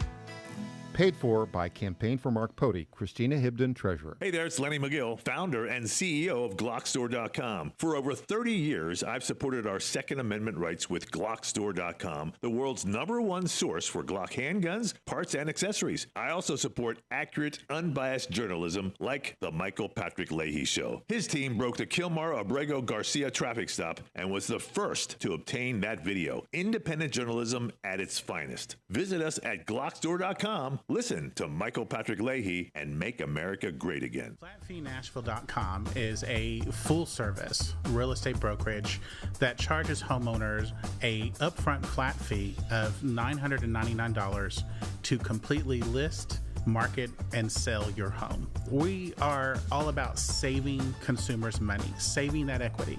Nobody should hire an agent and feel like when that agent walks in the door, that agent is more concerned about the down payment on their next Mercedes purchase versus saving the equity that those homeowners have worked hard for. I've spent my entire career in ensuring that the equity that people save and they put into their monthly mortgage every single month as much of that as we possibly can goes back to them when they go to list and sell that home. The idea is to give homeowners the ability to really create generational wealth. Flatfeenashville.com, flatfeenashville.com.